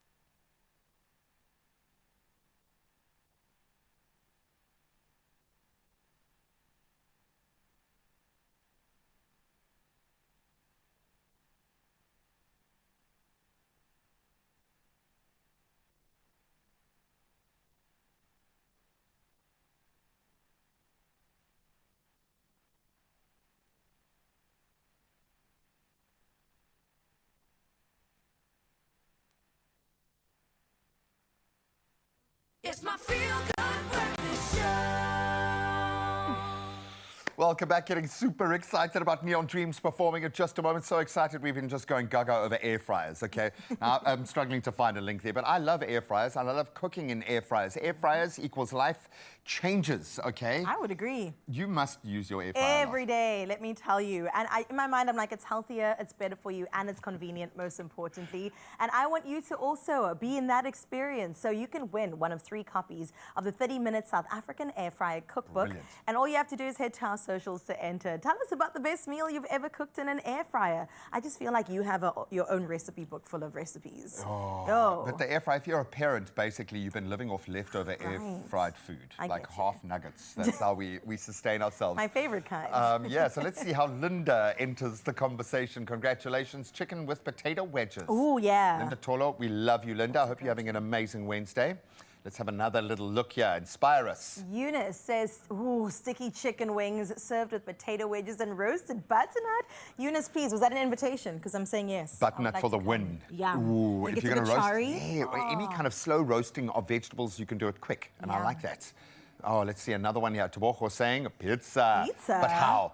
But how do you do it? Is it a miniature pizza, a Is it square a pizza? slice? It could be a slice. Hey? Like one of those New York slices? What's I the get you. craziest thing you've cooked in an air fryer? Ooh. Oh, I'd like to know. So I slow roast my vegetables for a soup, but I haven't made the soup in the air fryer Try yet. it. I'm going to try. I'm going to try. Maybe you can do something crazier, something more delicious. 063-036-9649. Let us know. And if yours is amazing, you could be winning one of 3 copies of this amazing cookbook. 30 minutes South African air fryer cookbook. Nice. Absolutely amazing. And we're putting it to the test on the show today, or at least Chef Clem is. I will tell you that chicken was absolutely fantastic. I would like some more, please. And it's coming your way very soon. Apparently, we're also making a fake cooked tart dessert thing. What? I'm here for it. South Africa, the flag is flying high. In fact, when Neon Dreams returned with Bushli, they were like, we need something that reminds us of our home, which is South Africa. Yeah. So that's why we went with the Fat Cook this morning. Now, the boys are back home. They are sounding absolutely amazing. They've got new music. They've got old music for you. And they've got beautiful faces. Let's see those faces right now. It's Neon Dreams, baby. Hey, what's up? We're Neon Dreams. Frank, Adrian, Bushley G, Burn. This song's called Wander.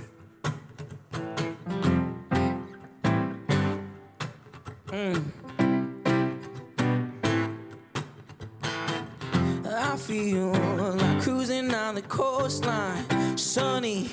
Let's bottle up the daylight so we can pop it on a bad night. I got a feeling we'll be alright. You said you wanna run away,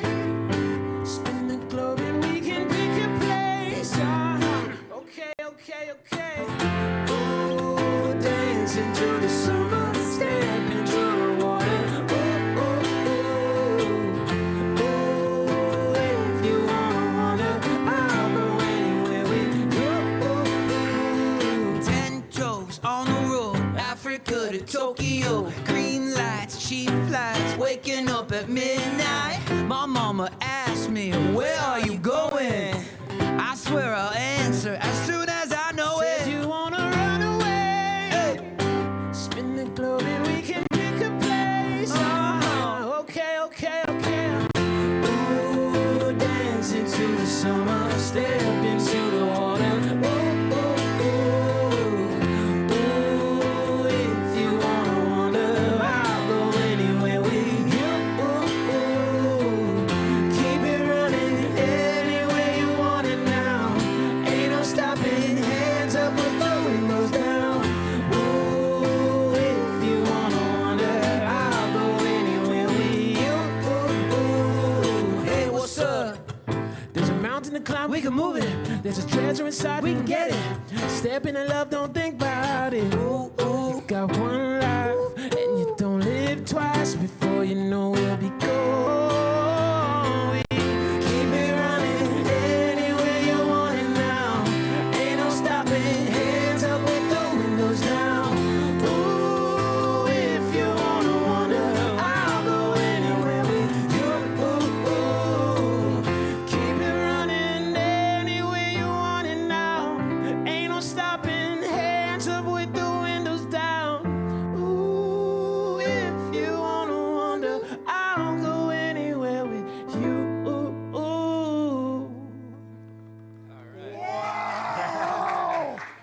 Oh, how did that feel? Nice, man. Hey? Oh, I love it. So, you guys are the reason why we call this welcome, man. Thanks, man. It's beautiful, man. So we call this the manifestation for a reason. So when bands come here and they say they're going to do big, amazing things, they're going to become global superstars, it happens. But it also means they've got to come back and they're going to visit us. We love having you guys here. Congrats. It's beautiful. I think our summer anthem is loaded. Thank you very much. And we have got more music coming your way. Neon Dreams going nowhere. They are performing just for you in your house, your very own house today. We'll see you now.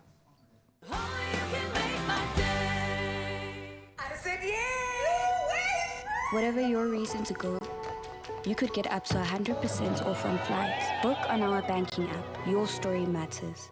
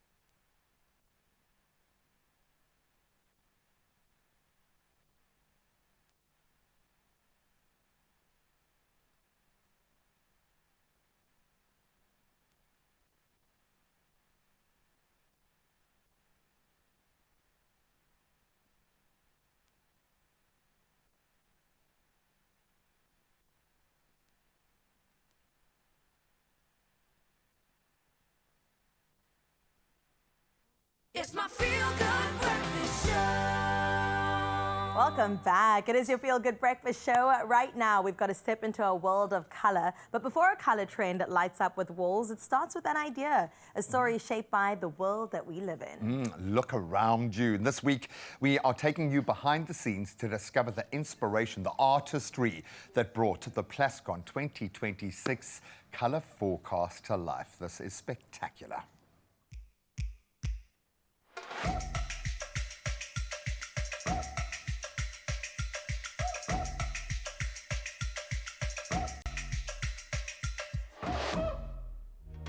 Joining me right now is Team Lookbook, who were the creatives behind the 2026 Plascon color forecast of the concept Handmade Storm. You literally had millions of colors going through this palette. Take me through your inspiration behind it. Well, we really wanted it to make quite a colorful splash. So we feel like people are becoming more bolder with their color choices. So we really decided to look at different color worlds that have a lot of color in them. We took a lot of inspiration from nature and outside, and how the different color worlds work. Brighter yellow is actually something where we started. It's a beautiful warm color that we feel like is really, we're seeing a lot coming through in fashion and decor at the moment. And then we really wanted to bring in blues and greens. We're seeing that very much in interiors, so land and sea started to evolve. Obviously you have to have like a candy pop, so orchids and bloom evolved with the more chartreusey yellowy olive green with the peach and the pinks. And then of course we also have fashion and candy, which is obviously a combination of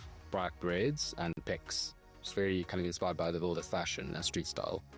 We have incredible color worlds that we are experiencing in this year's 2026 Plascon color forecast, and the names are so eclectic. Tell me, what is the inspiration behind the names? We've got butter and sky, fashion and candy, land and sea, and then orchid and blooms. We wanted to find an object, something based in nature that would influence them.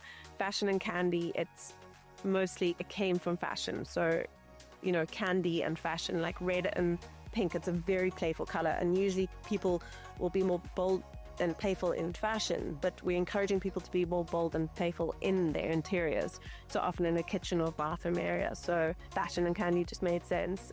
Orchids and bloom, orchids captures the cool calmness of the chartreuse, and bloom, obviously the pink and beautifulness. And then land and sea, we have this beautiful frog green from the land, and the blues, obviously from the sea. Last year's theme was hybridity, and for 2026 we're going into handmade. Why, Sisipo, do you believe it is so important for us to move into this concept for 2026? We're tired of kind of being chronically online.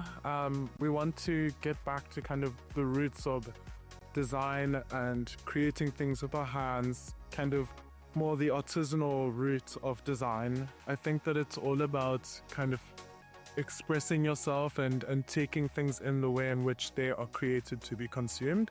So yeah, I think it's just kind of going back down to the bare bones and enjoying things as they're meant to be.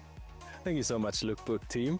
Over the next couple of segments, we are going to be exploring the color world, the magical color world for the 2026 Plascon color forecast. So be prepared for the incredible tapestry of colors coming your way.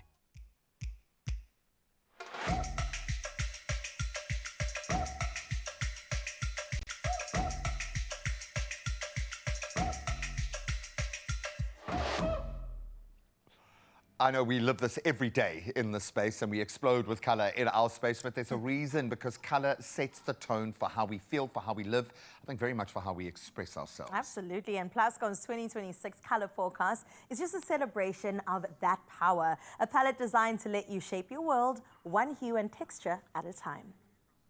Inspired by color and stand to win, Plascon is giving away 2,000 Rand cash every Wednesday, and you could be our next lucky winner. All you need to do is follow Plascon South Africa on social media, then head to the competition post on Expresso's Facebook, Instagram, or X and tell us which of Plascon's handmade color worlds is your favorite. Don't forget to include hashtag Plascon Color Forecast 2026 in your entry. T's and C's apply. See expressoshow.com for more. Plascon, make your own world. You came back for the dessert, didn't you? I knew you would. You came back, Louise is back. I'm back. And we are making bread pudding. It's kind of like a bread and butter pudding, but with a South African twist. Okay, so what's the of course, twist? the South African twist is we're using vetkoek Yes! So we're going to use vet cook, and we're also going to use some tinned apples and cinnamon, because South Africans love cinnamon and apple. Guys. So yeah, that's going to be our dessert that we're going to make now. Tinned fruit for me is like, yes, it's very nostalgic, but I feel like it's making a comeback. Yeah. I feel like we're getting into our tinned fruits again. Look, So, the thing is, it's something you always can have in your store cupboard. True. So it's something, you know, if people pop in quickly for a visit and you want to whip together a quick dessert, you know, it's in your cupboard. It is. You don't have to worry. It's something you can quickly throw evaporated milk, together. happiness. Louisa, let me do that. I feel You like I've do done that. nothing in the kitchen today. You do that. While I'm doing this, can we listen to a voice note? We got another voice note. You can take over this, so Okay. I'll catch up with you. Roll the voice note. Good morning, Expresso team. Well, the best meal I ever cooked in my sister's air fryer, that's not even mine, was my 2-minute noodles for my children. And I made like a stir fry with cheese in and chicken strips in and green peppers and all of that to make it nice, colorful, so that they love it and they can eat it. That's my best meal I've ever made so far. Thank you. Love that. I think when we all started up with air fryers, we were all had like the basic recipes, and we were all just like doing chips in the air chips fryer. and chicken. And Yeah. now people are adapting so much. You can hear that menu sounds fantastic. It sounds delicious. So I'm going to do the rest of the dessert, which is basically 2 eggs, a half a cup of milk, and a half a cup of cream. There we go. And that just gets whisked together. And that is going to form the sort of custard that's going to bake in that lovely vet cook and make it super delicious. So you I just whisk literally that just up. copied you with the slices of bread. Okay, you're going to have to cut those slightly smaller. Nice, 'cause we've got a small dish. Version. There's our little There we mini go. dish. So yeah, I'm just going to whisk this up. We've actually got another voice note. I love it. Okay, let's have a listen to the next voice note. Good morning, Expresso people. The best meal I made in my air fryer was pizzas over the weekend. First time I tried it. It's the base on the base was onion and black garlic relish with cabanossi cheese. It was so melting in my mouth. That was my best meal that I made. And also, I do need a recipe book because I'm still scared to use different kind of stuff on this air fryer. So that will help me tremendously. Thank you, guys. I'm going to say, just from me, I'm going to give you a recipe book. Oh, my goodness. And then on the condition that you write down your recipe and send something to us. Your air fryer recipe sounds amazing. So yes, you're getting a book. I'm going to ask the team. I'm going to ask the team upstairs to make sure they get your details. You need to get a book. Okay, they said they're going to do it. Thank you. I love that. Absolutely. Okay, brilliant. Keep the voice notes coming through. Apples, tinned apples. Can I? Before you mix, I want a tinned apple. Okay, and I grabbed the plastic. I'm not going to put them all in because, like I said, we're making a mini version. So just apples, a little bit of sugar, some cinnamon. And then that is actually going to get mixed up with our vet cook slices there. That was so good. Lucian, do you want some apple? Lucian, guys, tinned apples is not a joke. We love it. Okay, Lucian, get a spoon, get a spoon. Guys, tinned fruit for the win. Okay, sorry for the distraction. How good is that? How good is that? I think South Africa, like, if you the game, tinned apples have changed. Remember when they used to be so like overly sweet and like just cloyingly sweet? It's not like that anymore. No, they're not. It's perfectly balanced. It's delicious. It's a treat in a can, guys. Tinned apples. You want to know what to get me for Christmas? Please. You're tinned very fruit. easy. Tinned fruit. That's all I want. Okay, so we're adding our beautiful cinnamon-coated apples with the beautiful vet cook. Little vet cook. You've got our beautiful custard over here. And then, just to make it a little bit more colourful and pretty, we're going to add some fruit. You can add blueberries, raspberries, strawberries, whatever's in season. What's in season? And berries are coming through right now. And stone fruit. So I'm just going to add a few of those. And you know what's always in season? Tinned fruit. Tinned fruit, always in season. I love it. I love it. Okay, and then we're just going to pour our custard mixture over that. And then this just gets put into the air fryer at 160 degrees. And it will take, this is a smaller one, so it'll probably only take about 20 minutes. But if you do the full portion, it takes about 20 to 25 minutes. It is. And then you've got a lovely dessert. I'm going to sprinkle it with a little bit more sugar, just to make a lovely crunchy topping. And then, yeah, can pop it into the air fryer. It is so good. And again, it's a celebration of seasonality. The fact that the berries are coming into season now, it's a great way to display them. And look how beautiful it looks when it's done. Yeah, look, there's our finished one. And do you do like a little bit of a, I see you got some icing sugar, so now you can just dust it with a little bit of icing sugar over the top. Just, you can do it, just to make it, a little finish it off fancy. and make it beautiful. It's very cool. So, like, have you ever, I mean, obviously, you've done a lot of research and development by putting the books together. Have you found an ingredient or a type of cuisine that does not work in an air fryer?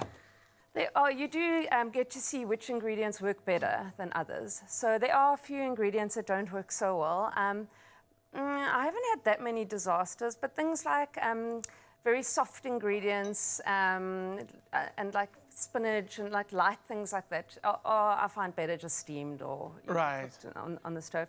But I mean, more robust ingredients like butternut and peppers and courgettes, brinjals, they work so well in the air fryer. They do. So you've just got to experiment. This is our lamb. Oh, yes, please. Yeah, our okay. Lamb, which is now done. I don't know where the Let's hold it up over. So he is now done. I can't wait to show you this. This is a whole 7 colors dish in an air fryer. So it's basically a one-pot. So now you can just finish it off with a little bit of coriander, fresh coriander. Especially for Graham, I believe he loves coriander. He loves coriander. It's actually his middle name, Graham Coriander Richards. It's amazing. And then maybe a little bit of yogurt. That's it. There's your meal, ready and done for you. Depending how strict your mom is, you might not even need a plate. You can just get like all the forks and go straight in. And we will plate it up for you because we don't want you to see. This is absolutely beautiful. First time ever that I've seen all the liquids being added in, and then almost like a potjie, where you layer cooking in a potjie, you've layered an air fryer. And I think it in total takes, I think, 20 to 25 minutes. So from start to finish, you're done. Delicious. Okay, we're definitely going to plate that up. Let's come back to, I'm going to have a taste of the beautiful bread pudding because... So that one we will cook a bit later. And this one is already done. So a little bit of custard, some ice cream, a little bit of whipped cream, and there you go. It's to die for. I'm going to try and take, we haven't taken a picture yet, so I'm going to try and dig from the bottom so I don't disturb what's going on, but I want a little bit of everything. And the way that the strawberries have roasted in the air fryer, one of my favorite recipes in the air fryer, it's white balsamic roasted strawberries. That sounds good. And I kind of get that's kind of happened a little bit here. It looks so good.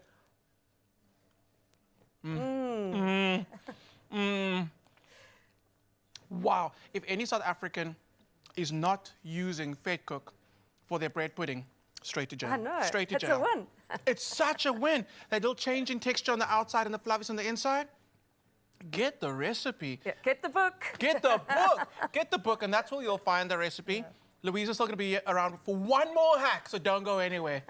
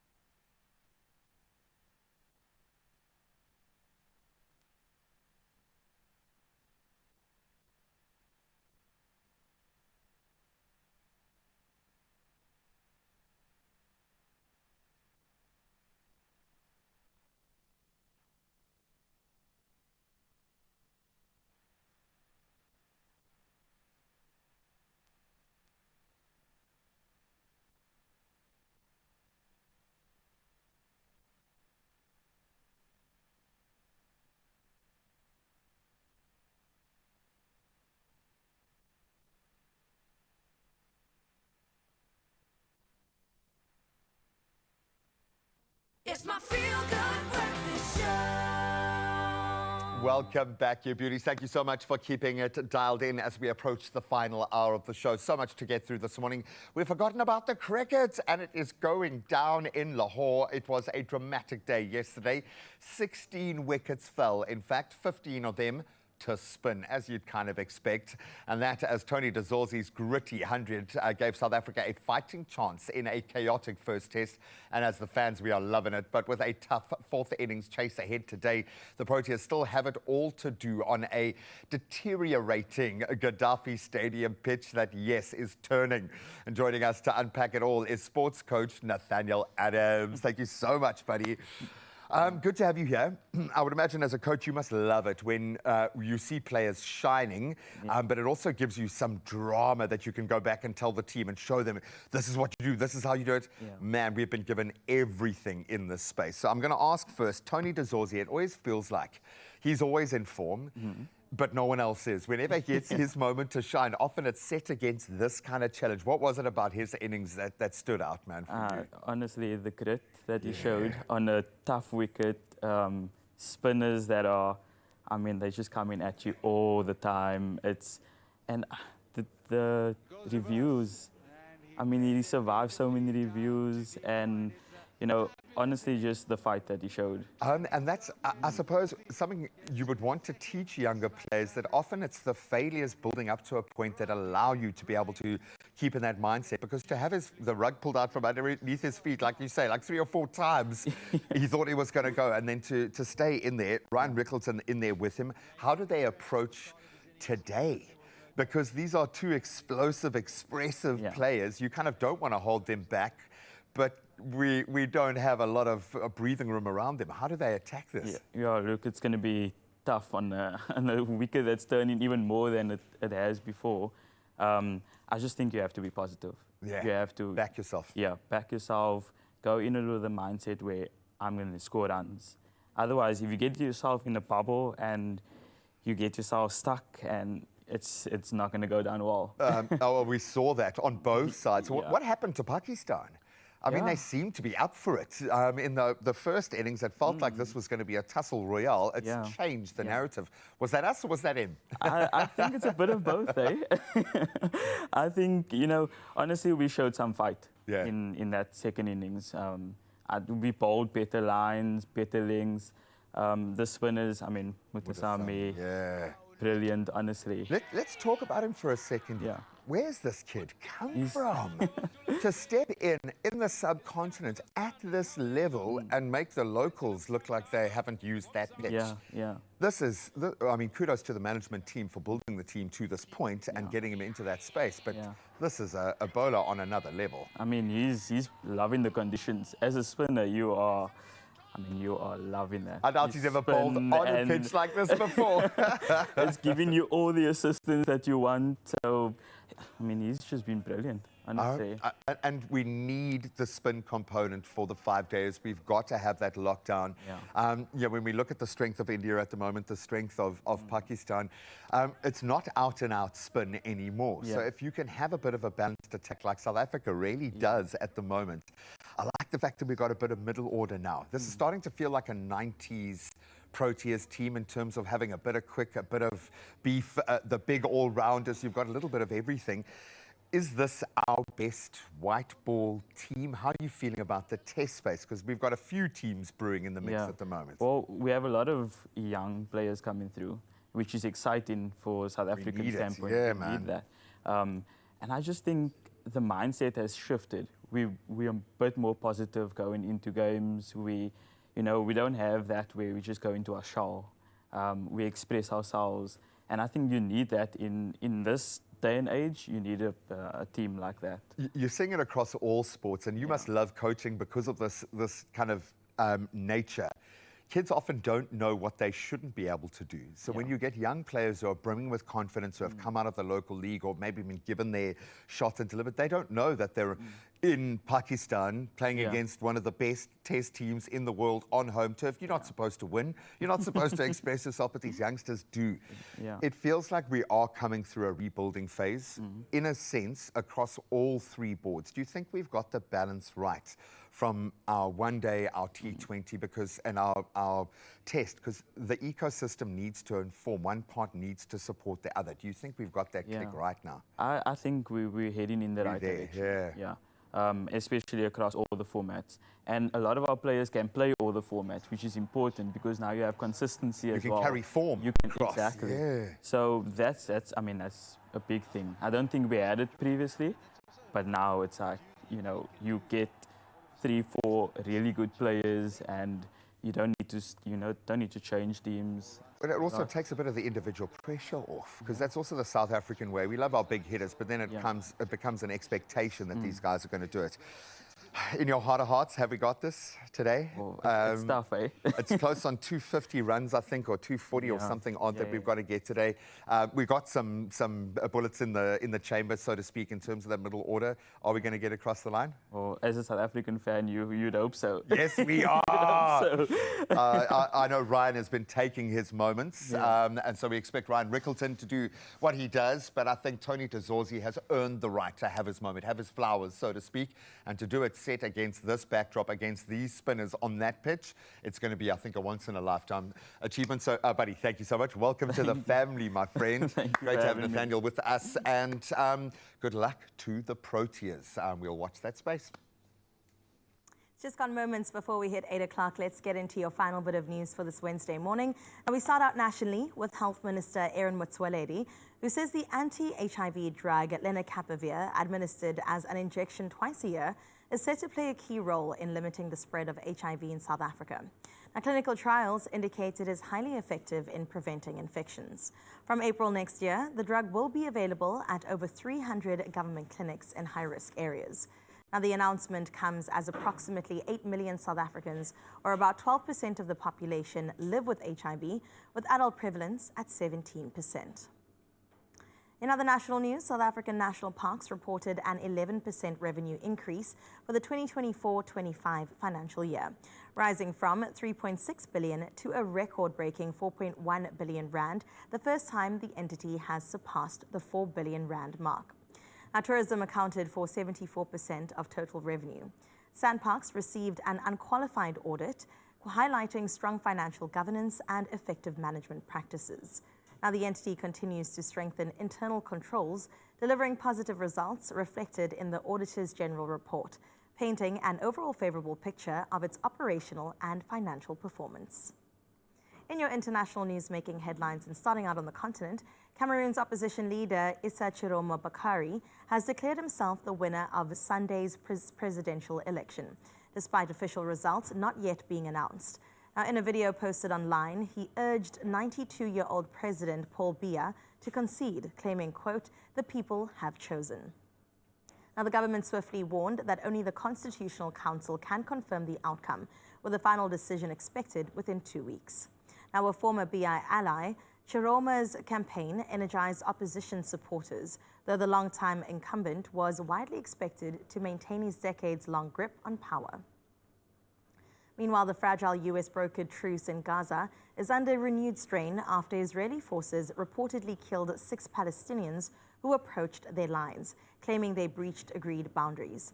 Now, the ceasefire, designed to enable humanitarian aid and the return of hostages, has faltered as only 4 of 28 seized captives have been handed back. Israel continues to keep the Rafah crossing closed and restrict aid deliveries, citing Hamas's failure to meet conditions, while the UN warns of worsening humanitarian conditions across the enclave. Now, closing off with a feel-good story with South African pop sensation Tyler, who keeps the hits flowing, with a global smash hit Water diving in at number 135 on Rolling Stone's 250 Greatest Songs of the 21st Century. Now, at just 23 years old, his signature pop piano sound, breathy vocals layered over Amapiano's log drum beats, has captivated fans worldwide. Rolling Stones hails the track as a dazzling mix of South African rhythm and global pop appeal, calling it one of the freshest songs of the decade. Now, the list celebrates the songs that shaped modern music, with the top 5 featuring Missy Elliott's Get Your Freak On, the Yeah Yeah Yeahs Maps, Beyoncé featuring Jay-Z's Crazy in Love, the White Stripes' 7 Nation Army, as well as Taylor Swift's All Too Well. That's where we leave your news today and some great talking points to take with you for the rest of your Wednesday. For now, though, let's get into some sporting highlights.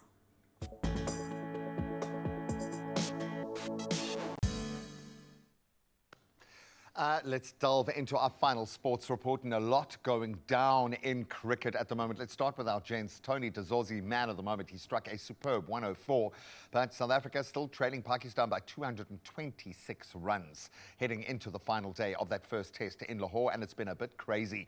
Sanuran Mutasamy, he took 5 for 57, that to add to his first innings haul of 6 wickets. Now, Pakistan bowled out for 167, so that sets 277 to win. The Proteas reaching 51 for 2 at stumps, with Dazorzi and then Ryan Rickleton steadying the innings. To explosive players, they're going to need to express themselves, as we said a moment ago today. Now let's get into football, and they've done it emphatically. South Africa booked their place at the 2026 FIFA World Cup with a dominant 3-0 victory over Rwanda in Mbombela to leave no question marks. Talent Mbata, Osman Apollos and Evidence Makgopa all on target as Hugo Broos's men now top Group C, where they should be. Bafana will now be able to turn their focus to the next big one, preparations for the 2025 Africa Cup of Nations in Morocco, and their tails are up. Now we get back into the cricketing journey at the World Cup, and unfortunately, rain, the dominant character yesterday, as it washed out Sri Lanka's Women's World Cup clash against New Zealand in Colombo. That was after the hosts posted 258 for 6. Nalashika Silva smashed a record 26 ball 50, while captain Chamari Atapatu hit 50 as well. But both teams now, as a result of that draw, sharing the points, with Sri Lanka next facing our ladies, South Africa, this coming Friday. Now, it has been a phenomenal year for golf, and I think the Ryder Cup always kind of typifies that. Well, Luke Donald says he is still, quote, enjoying the moment after becoming the first European captain to win back-to-back Ryder Cups since Tony Jacklin achieved the feat. So following Europe's 15-13 nervy victory at Bethpage, Donald said he hasn't decided on leading the team again in 2027, but would gladly assist if asked. I think it's the kind of job you don't turn around, especially if a treble is on the cards. Well, thank you once again to Nathaniel for breaking down the cricket with us this morning, and well done to Bafana Bafana. We're headed to the World Cup, baby. That's where we leave our sport. Let's get one last traffic update.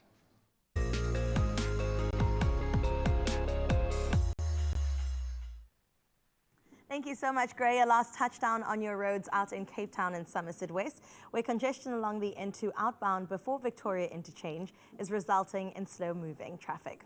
So if you're headed that way, pack some patience or make use of an alternate route. Sitting in Cape Town but heading out to Milnerton, there has been reports of congestion along the N7 southbound, and that's at Bosmansdam. Now, motorists should expect delays and plan accordingly. But wherever you're headed this morning in Mzansi, please remember to buckle up and arrive alive. So where we leave your roads for now, let's check in with your weather.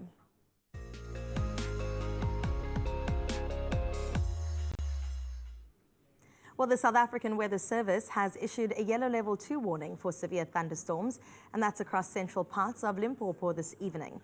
Now, heavy downpours are expected to cause localized flooding in low-lying areas, along with strong gusty winds, large amounts of hail, and dangerous lightning that could damage property and disrupt municipal services. Now, residents are urged to stay indoors wherever possible. Meanwhile, extremely high fire danger conditions have been forecast for parts of the Eastern Cape, including Walter Sisulu and Senqu municipalities.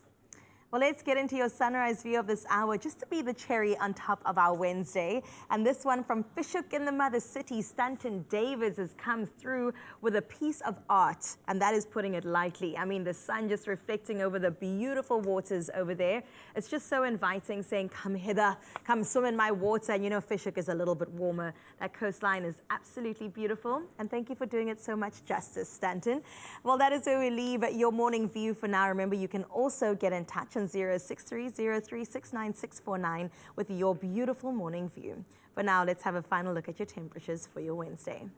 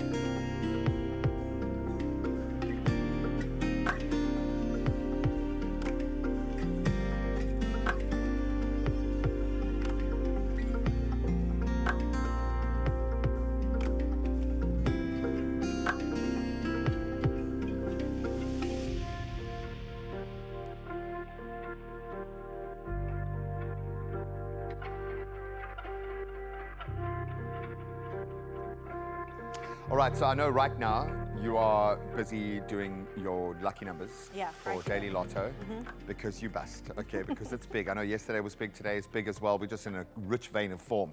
Because if you pick your 6 lucky winners, so your numbers right there, you could play Lotto, Lotto plus 1 and Lotto plus 2 for 24 million rand today. That's estimated in the jackpot.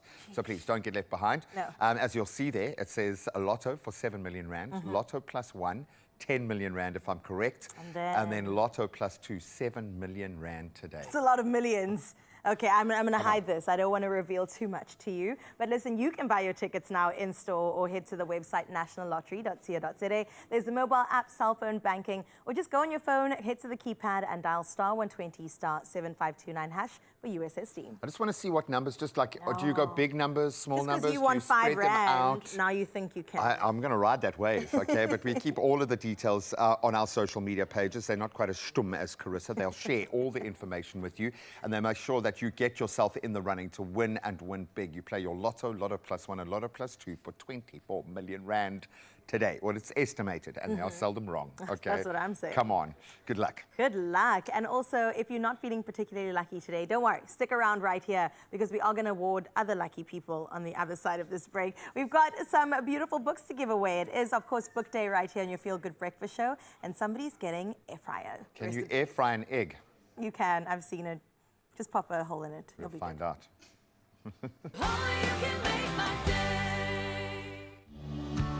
We connect more countries than any other airline.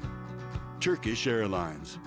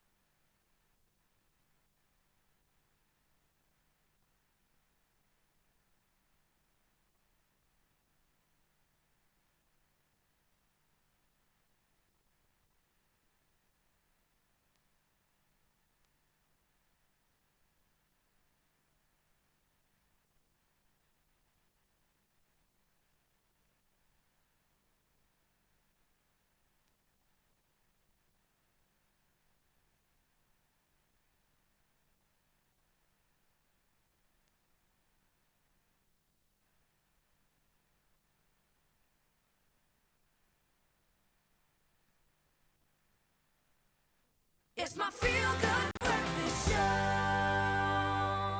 And we're back in the kitchen with another bonus air fryer hack. And as another bonus, I brought my best friend Graham Richards into the kitchen. Thank you, man. Louisa's still with us. Louisa, you're also my best friend. Oh, thanks, Clem. And let's just first run through what Louisa's made for us this morning because it is really worth going through. First of all, Did you really do all of these in the air fryer? You saw Alice. it. Yes, we did. But I work in TV. I know how we can do things. Okay, no, this is very impressive. It's everything 100% guaranteed. Talk me through the menu because this looks spectacular. Well, the salad is, like I said, the book we focus on chicken, chops, mince, sausage, steak, all quick cooking things. So the salad is the chicken chapter. It's quick cooking chicken fillets. They cook within 10 minutes. And then we've got garlic bread croutons, roasted peppers, salad leaves. Beautiful. Because you've got the texture there. And this is what I do with like crusts that my kids want to eat. I turn them into this. Absolutely. And you do it in the air fryer. Exactly. It takes like 3 minutes. Oh, I love that. I did see that. So I've seen it proven that we can do those. And they look absolutely gorgeous. But the bread pudding. Fed cooked bread pudding. On another level, as only you can do. So one thing I cannot believe, okay, I cannot wrap my head around is boiling an egg in an air fryer. I don't believe it's possible. It's pretty epic. Clem says he's tried it. I haven't tried it. I'm ready for this, my I'm going to ask you while I'm over here doing that, if you can actually shell these for me. Okay. So the whole thing about the boiling an egg, usually when we boil eggs, we have to like boil like 3, sometimes more, more than 3 liters of water just to cook eggs. If you're doing like a lot of eggs, sure, you're going to be using that much water. No water needed. No water needed. The one hack that I have found that makes a huge difference is take your eggs out of the fridge a little bit before the time. Okay. Especially because that cold shock, the shock from being super cold to warm, can sometimes crack your egg. It's never happened. I've heard it like tick, tick, tick, but it's never actually cracked. Oh, wow. Let's be safe. Just take the eggs out of the fridge. Living on the edge. Living on the edge. Okay. So we've got our beautiful eggs, and it depends how big your basket is. If you can fit like 50 eggs in there, you're going to hard boil 50 eggs. You also don't have to. You can just do 2 or 3 or 4 eggs you might into be like the air fryer. taking care of the water shortage right now. You know that. I am trying. And we'll talk about another way, water shortage, but something else as well. 15 minutes, 180, boom, boom, boom, egg. So do you have a hack for shelling eggs? No. Show me the please. Do you roll it? I do the roll. Can you see how I was watching, literally cheating, watching over your shoulder, thinking, come on, she must. If anyone is going to have the ultimate hack for shelling an egg. I don't know. It's the roll. Yeah, I do the roll. It's the roll. The roll. Yeah. Pop, roll. But now where must I peel it into? You know what? Straight on the counter. These are beautiful Caesar stone counters. They can take anything. Whoa, okay, I was too aggressive with the roll. Looks a bit weird. I've done it. I've kind of halved my egg already. Have you? Yeah. Let's see. No, I'm going to keep you for later for my school lunch. Yeah, okay? your school lunch. The other hack while we're peeling eggs. Yes, please, I love your we one. We actually prepared the poppadoms in the air fryer as well. So you just spray the poppadom with a bit of the oil, like I showed you before, 200 degrees and about 3 minutes. But the trick is, when you put them in the air fryer, you take a fork, a metal fork, or a knife, and just put it on top of the poppadom. Otherwise, the poppadom's going to fly up. All right. And hit the element and burn. So you just weigh it down, and then instead of heating up a whole pot to deep fry, your poppadom's already in a much healthier way. Yeah, and much quicker. Yeah, in like 3 minutes. I've started doing that. So I had to do a cooking show, and I wanted a kind of slow development fast to roast tomatoes for a tomato soup made from scratch. And then I realized the power of. So I did leeks, I did tomato, I did chili, I did everything that you could. Absolutely amazing. I feel like I'm actually better than the two of you professional chefs at shelling, and I'm terrible. No, these eggs were overcooked, and I'm not going to lie to you. They went for longer than 15 minutes in the air fryer. We're going to do another one in a little bit to see you, but I mean, it does boil. These are definitely gone for too long, and you can actually see how they cook. Initially, when I did it, I thought the yolk's going to kind of like float to the side, and it's going to be like lopsided. No, it actually stays inside here. Just looks like these went for like half an hour. This is like but this looks like Pompeii. They were frozen in the moment of their demise.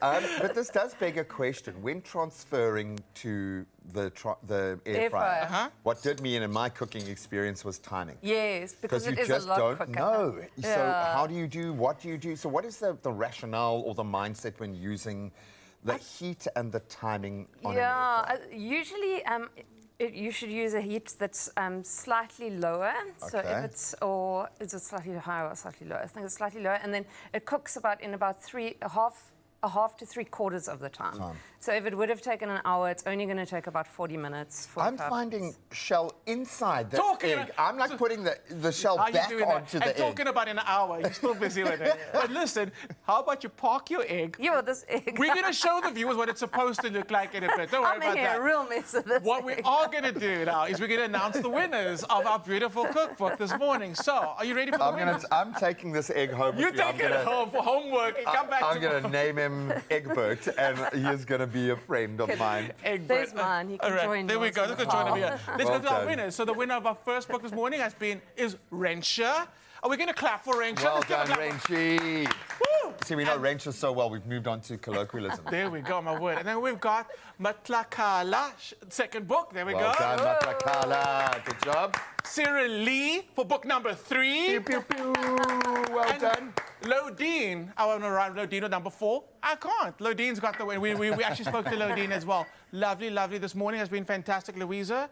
We are going to come back to this egg thing. We're going to get there. Graham's going to come I back think we tomorrow. need some practice with the To egg what? peeling. I'm going to still be here Still tomorrow. be here. Shelling my gorgeous little Egbert over there, okay? No, I like this. I'm going to try. You know now I'm going to obsess over eggs in the Yes. air fryer, and I'm going to come back with like 20 different recipes. This is all courtesy of you. I feel like you have opened a doorway, and as a parent who lives off Yeah. leftovers from an air yeah, fryer, yeah. bless you, child. Thank you, thank you, Only a thank you. pleasure. See you next week. More Colouring Hotline. Bling! Ting, Ting, ting, ting! ting. Oh man, I want to try my hand at peeling one of those eggs. It looks like a challenge, to say the least. But listen, from energizing mornings to tranquil evenings, we're moving into our homes now, which should be a sanctuary, a place to just relax, unwind, and of course, recharge, which is exactly why we brought our girl back, architectural designer Zondermini, who joins us in studio to explore Woolworth's new home fragrances and share her tips on how to incorporate these scents into your space for a more calming atmosphere. So welcome back, Zon. Thank you for being here. Hi, Krista. Thanks so much. When I walked towards the space, I immediately was transported elsewhere. It smells heavenly in here. So how important is it incorporating scents into our homes? You know, I think we speak so much about lighting and we speak about music as adding an element to one's home. And so often we forget that just like all your senses, it's really important, the sense of smell. Sure. It really can ground a space. It can create a space feel more energized, or it can make a space feel more peaceful just through that addition of a beautiful scent. I love that. Yeah. And signature scents might also be something you could explore. Absolutely. Your home can have a signature scent. Different areas in your home can have a signature scent. Amazing. You know, I think it's also it's so important to realize that you have different spaces and you want to create different moods. Within those spaces. Absolutely. And there's so much talk about scent layering at the moment. Ooh, tell me what that is. So that's about exactly that, creating different moods in different spaces, or maybe using one or two scents without being overpowering in a room to create a signature scent that is really about your home and your space. That's beautiful. I wonder when it comes to design, right? We always talk about interior design and don't necessarily include this in it. But I mean, it's aesthetic enough. And of course, it could complement whatever vibe you're going for. You know, I think there are two things, like what does your scent diffuser or what does the scent canister look like? I'm really impressed with this range. I think all of these canisters can be reused, which is really something that's important to both you and I. We've spoken about this before. Absolutely. And then I think it's so important to know that there's a layering effect that we've always spoken about. It's not just about throws and scatters. It's really about layering all your scents, all your scents and your senses. So just as much as music and a beautiful playlist can really create a vibe and a mood, I think it's so important to know that you can go into these kind of fine details at, you know, at not a huge cost. Yes. To really elevate and create that luxury. We always think your home is a hotel. Yes, please. You don't have to even spend a cent and stay in luxury. And also the aestheticness of it all. Look at this. I love that Woolworths has come through with the diffuser reads, but looking a little bit natural and different. So take me through the scents that we've got here. Yeah, so we've got some, I mean, my favorites, definitely. We'll speak about that just now. But I've also got a favorite. Yeah. Okay, perfect. What we've got over here are two different ranges. We've got the Spa Scents range and then we've got the Sanctuary range. it's so important to know that you can understand all the notes, you know, the top, the middle, and the base notes. So just from that, you can really see where you are in the moods of the different rooms. Lovely. I think that, you know, you can really play, mix and match, and realize that you can add freshness to your kitchen, more outdoor areas, places where you want to work, so that you can actually remain focused or energized, whatever you struggle with. And then creating really deeper, cozier moods in those spaces that you want to snuggle up in. Oh, I'm here for it. Okay, so these ones are kind of new to me, the spa scents, because in my home, and I've even bought it for my mom, yes, our homes smell the same, okay? It's this one right here, the Sanctuary scent. And I've noticed that the bottle and the packaging has changed and even been elevated a little bit. It has, and I love that, you know, look at this beautiful linen detail on this. Again, removable, I think that's so important. You know, you can use this again for buds on a beautiful tablescape. Absolutely. So I would, and that's the thing, we want to create a home scent. So I would, you know, collect the same scent over and over, and then you have a collection of these along a table. You know, my Christmas favorite decor sorted. Exactly. You know, scents also trigger memory. That's always important for us to know. That's how we speak about Christmas and those kind of scents, which we'll get to later. But you know, they really can create. They can trigger memories as well. So it's amazing. So we've got a white musk. Let me see. Ooh. My favorite is definitely the eucalyptus and freesia. I think this is so beautiful for a kitchen. Try this. It's just outdoor, beautiful. It's so... Oh, yes. That is beautiful. It's fresh. It's almost so a little great. grassy, but like in the best way. And I absolutely love, I mean, the eucalyptus, you can imagine. It also feels a bit medicinal. Okay, ocean. Oh, that's my favorite. I mean, perfect for a beach cottage. Yeah. Perfect for those pool days. Uh-huh. And then for me, for bedrooms and so, and these dark ambers, so beautiful. Try that. Have a sniff of that. Oh, that's So good. You know, it almost smells like a fragrance. Like I would put that on my body and walk around with that as well. Oh, that's nice. It's so It's almost nice. a little sexy. It's beautiful. Okay. And you know, these scents last. Yeah. That's the most amazing thing. And I think there's a safety to them as well. It's not always lighting candles and things like that when you've got kids around, but you've got that continuous diffuse in your home. Walking in, walking out, you could leave it doing. Would you recommend also turning the reeds every other day? Or? Yes, definitely. Turn the reeds. Sometimes you don't have to put all of them in immediately. Maybe keep 2 in a drawer. Nice. It's so good to have one at your front door. So it's not usually a space that you settle in, but if it's at your front door and you move through, that's really inviting someone into your home and that immediate layer of something subliminal like a scent. Oh. My goodness, I feel like we are sorted.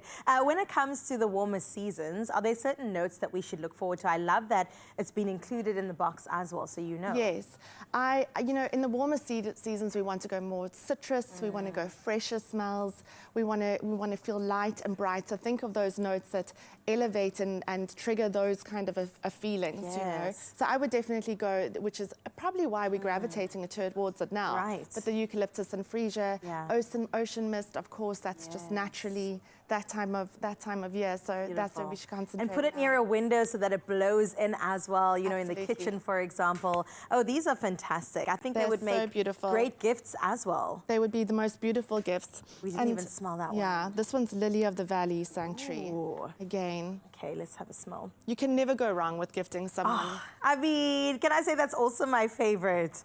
All of the above. Wrap it up. Put it under the tree. You're sorted when it comes to Christmas, which is happening very soon, much sooner than we think. Aslan, thank you so much. It's so great. Fantastic. Yeah, I mean, it's beautiful, and it's so great to talk about such beautiful things. This is my thing, and I wish you love. could smell the beauty as well, but you could actually if you head over to Woolworths and turn your home into a scented escape. It is the new Spa and Sanctuary diffusers available at Woolworths, of course. So find your perfect fragrance today, or fragrances. You can have more than one. Available in store, online, and of course on the Woolworths app.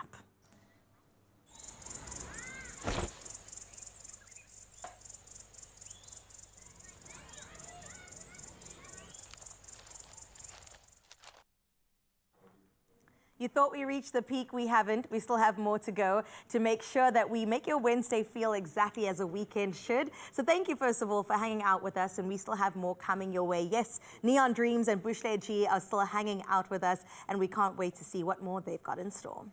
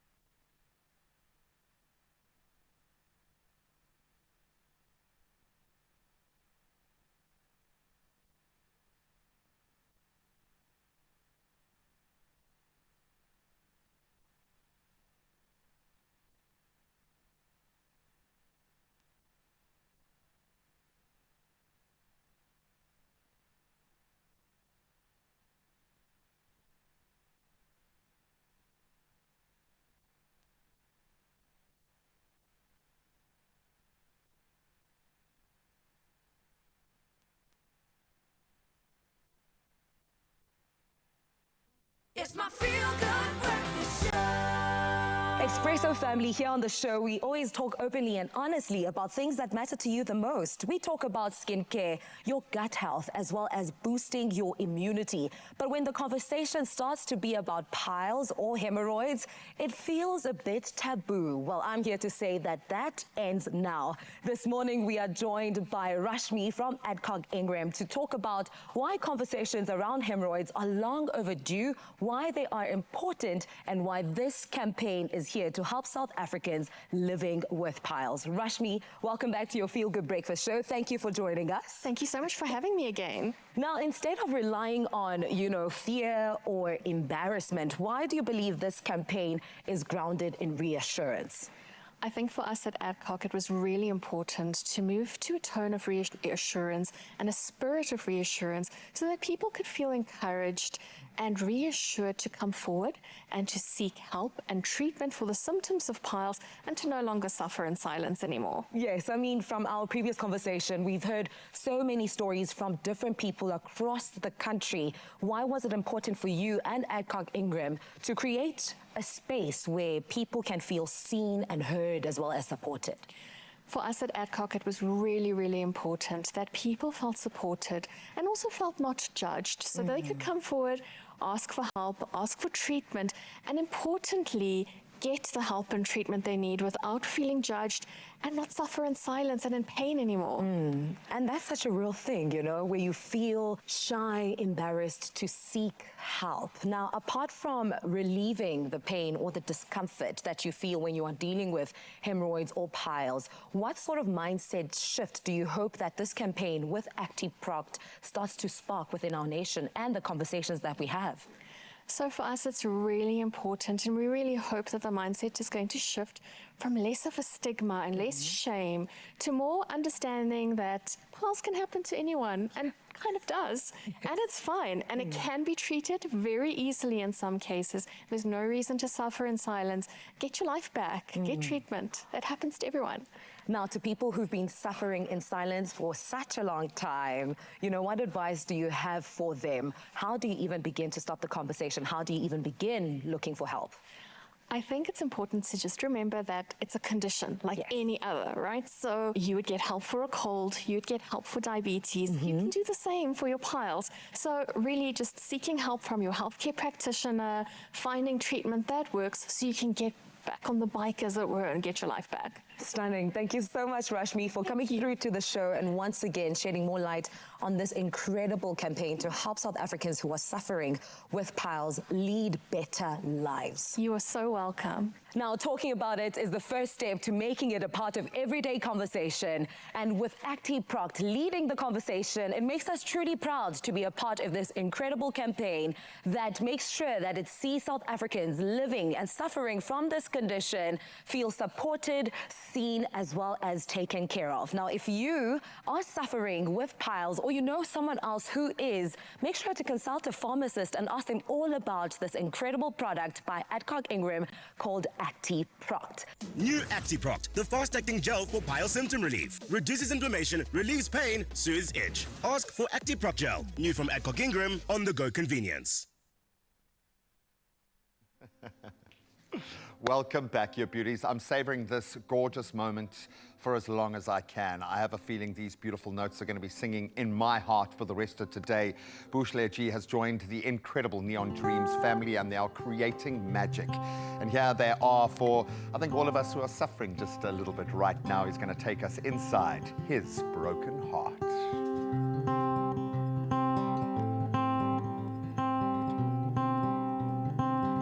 If I could tell another story, it would be that I could see light in the dark, and better days stand before me, or so I'm told. I don't believe I'll make that part. Now my life's racing, south facing, and I can't break the fall. I got my spark taken, dreams fading, but hope is never lost, 'cause even a broken heart can find its way back home. And oh, I can find my way back home, my way back home. I can find my way back home, my way back home. Lord, I pray for better burdens. Oh, the passion that you gave me at the start. And raise the fire you've been burning. Cause I'm bleeding out the ashes in my heart. Cause life's racing, south facing. And I can't break the fall.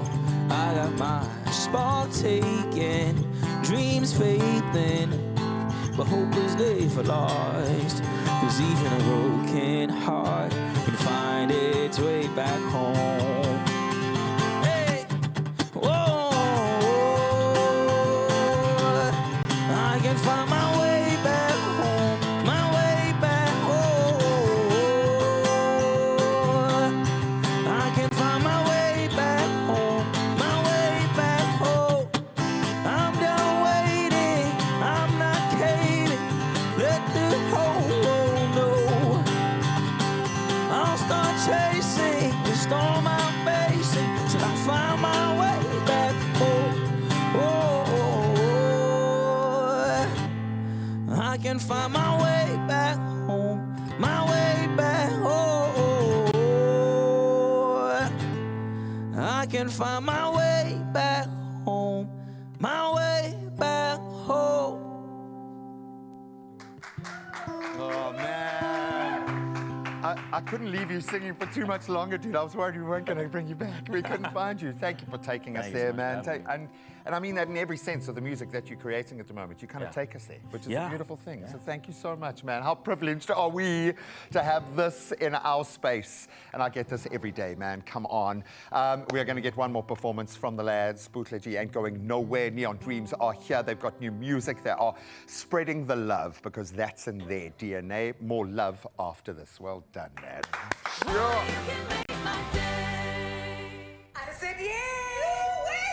Whatever your reason to go, you could get up to 100% off on flights. Book on our banking app. Your story matters.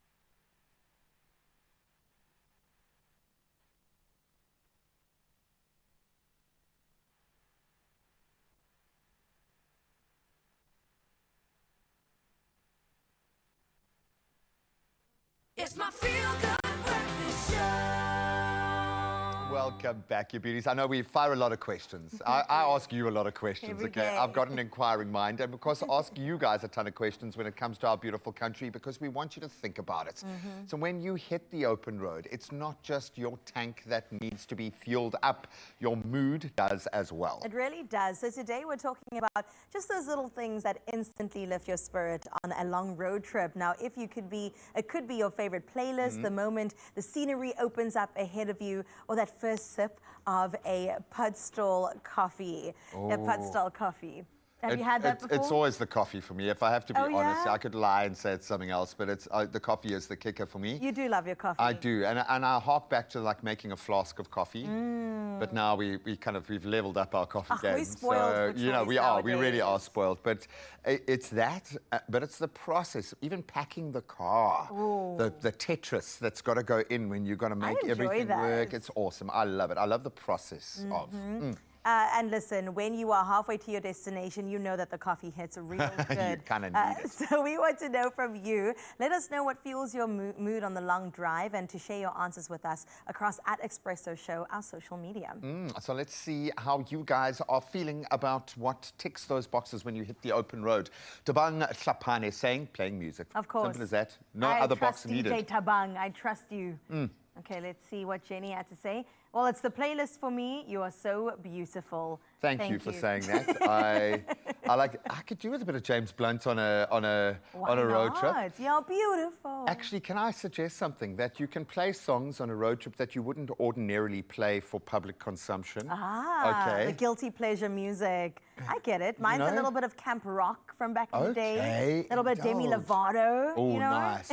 Now, I've been inspired. So after Lady Smith, Black Mambazo were in studio, and just that connection to Paul Simon and that era of music, I'm going to use my road trips to go back, to teach my kids a little something. That's great, Graham. Probably going to play Guns N' Roses. I think I'm probably going to just play Guns N' Roses and try and teach my son what guitar really is in this world. Please.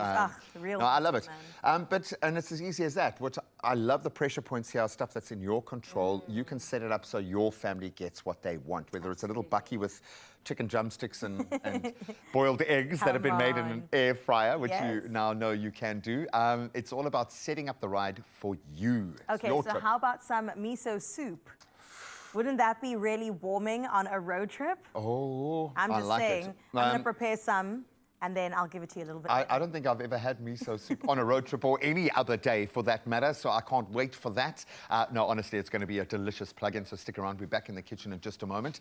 But focusing on that road trip, we want you to just get out there and explore. And whenever the road takes you, it's those moments that fuel the mood that make the trip unforgettable. So don't forget that. Don't just be about the details. And when it's time to fuel up your car, make sure you choose Shell V-Power, designed to clean and protect your engine for that peak performance, whether you're on the open road or those short trips, so you can keep those good vibes rolling kilometer after kilometer, and your car will thank you for it. And remember, as a nice added bonus, 5 lucky couples stand the chance of winning a once-in-a-lifetime road trip and a track experience for 2, courtesy of Shell V-Power. How you get there, you've got to spend 750 Rand or more at Shell. Then you've got to tap your V Plus rewards card just 3 times this month. You might have done it already. And then you could be hitting the open road in ultimate style and trackside for something unforgettable. But those T's and C's do apply. All the best of luck. We don't even need luck, especially when we've got Bonnie in the kitchen. We're so excited to get into the goodness of everything I see before me. I heard something about miso paste. I said, sign me up immediately, because there's something so wholesome and delicious. We're talking about Miso Tasty, available exclusively at Woolworths locally. And it brings the rich, authentic flavors of Japan straight to Mzansi. And of course, our kitchens are just better for it. Founder Bonnie Chung is in the studio to introduce us to their 4 exciting new products in the range, and also, of course, to demonstrate just how versatile miso can be in everyday cooking. Miso's having a big moment, a resurgence right now. Amazing. And I love it. And thankfully, we get to have an experience of it here in South Africa too. So when it comes to the really bold, vibrant flavors, can you tell us just a little bit more about the brand, what inspired it, the name as well? Let's get into it, Bunny. Sure, yes. I started Miso Tasty 14 years ago. Wow. It was inspired by all the flavoursome umami of miso. I love using it in traditional Japanese dishes as well as using it in everyday cooking to really boost your everyday kitchen flavours. I like that. Yeah. So for people who are going miso, never even heard the 4 letters before, what exactly is miso? So miso is made from fermented soybeans. It's a bit like soy sauce, really. It's got a really deep flavour, super versatile in the cooking, as you said. And there's many, many different types. There are infinite types, a bit like cheese and wine. It's fermented. So different misos from different regions of Japan. But essentially, it's a very savoury, flavoured cooking paste. So I said I've had it in a soup form with some tofu in it as well, some spring onions on top. And wow, my goodness, it's so good. So I'm very excited to see what we're getting into today. What are the different sort of recipes that you're taking us through? Yes, we've got 3 recipes today. First of all, we're doing a marinated salmon, so miso and lime. Miso is lovely with acidic flavours like sort of citrus fruits. So we've got miso and lime roast salmon. We've got a miso butter sweet corn, which is really great on the grill.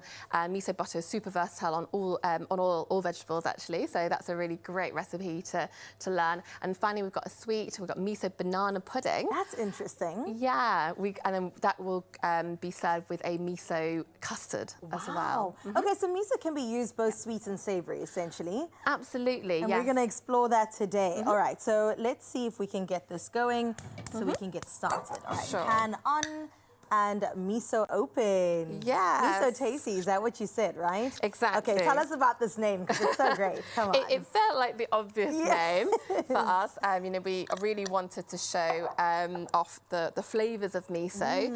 It does have nutritional benefits, but we're really excited by the deep umami flavours of miso. So miso tasty has been, you know, makes people smile when they hear it. So yeah, we love it. All right, Bunny, so what have you got going there? So we're just adding some miso to mirin, which is a fermented rice wine, some sesame oil. Let me just pop that over here. Some sesame oil and a bit of water just to thin it down. So we've got, so these are the umami flavours all coming together. And to that, I'm going to add some fresh lime zest. I could probably do that for yeah, you. great, fabulous. Yeah, we're just going to grate that in. Oh, just get a microplane. Let me see if there's one on this side. I've been on zesting duty this week. I've even zested nachos, which was so crazy because the skin is quite thin.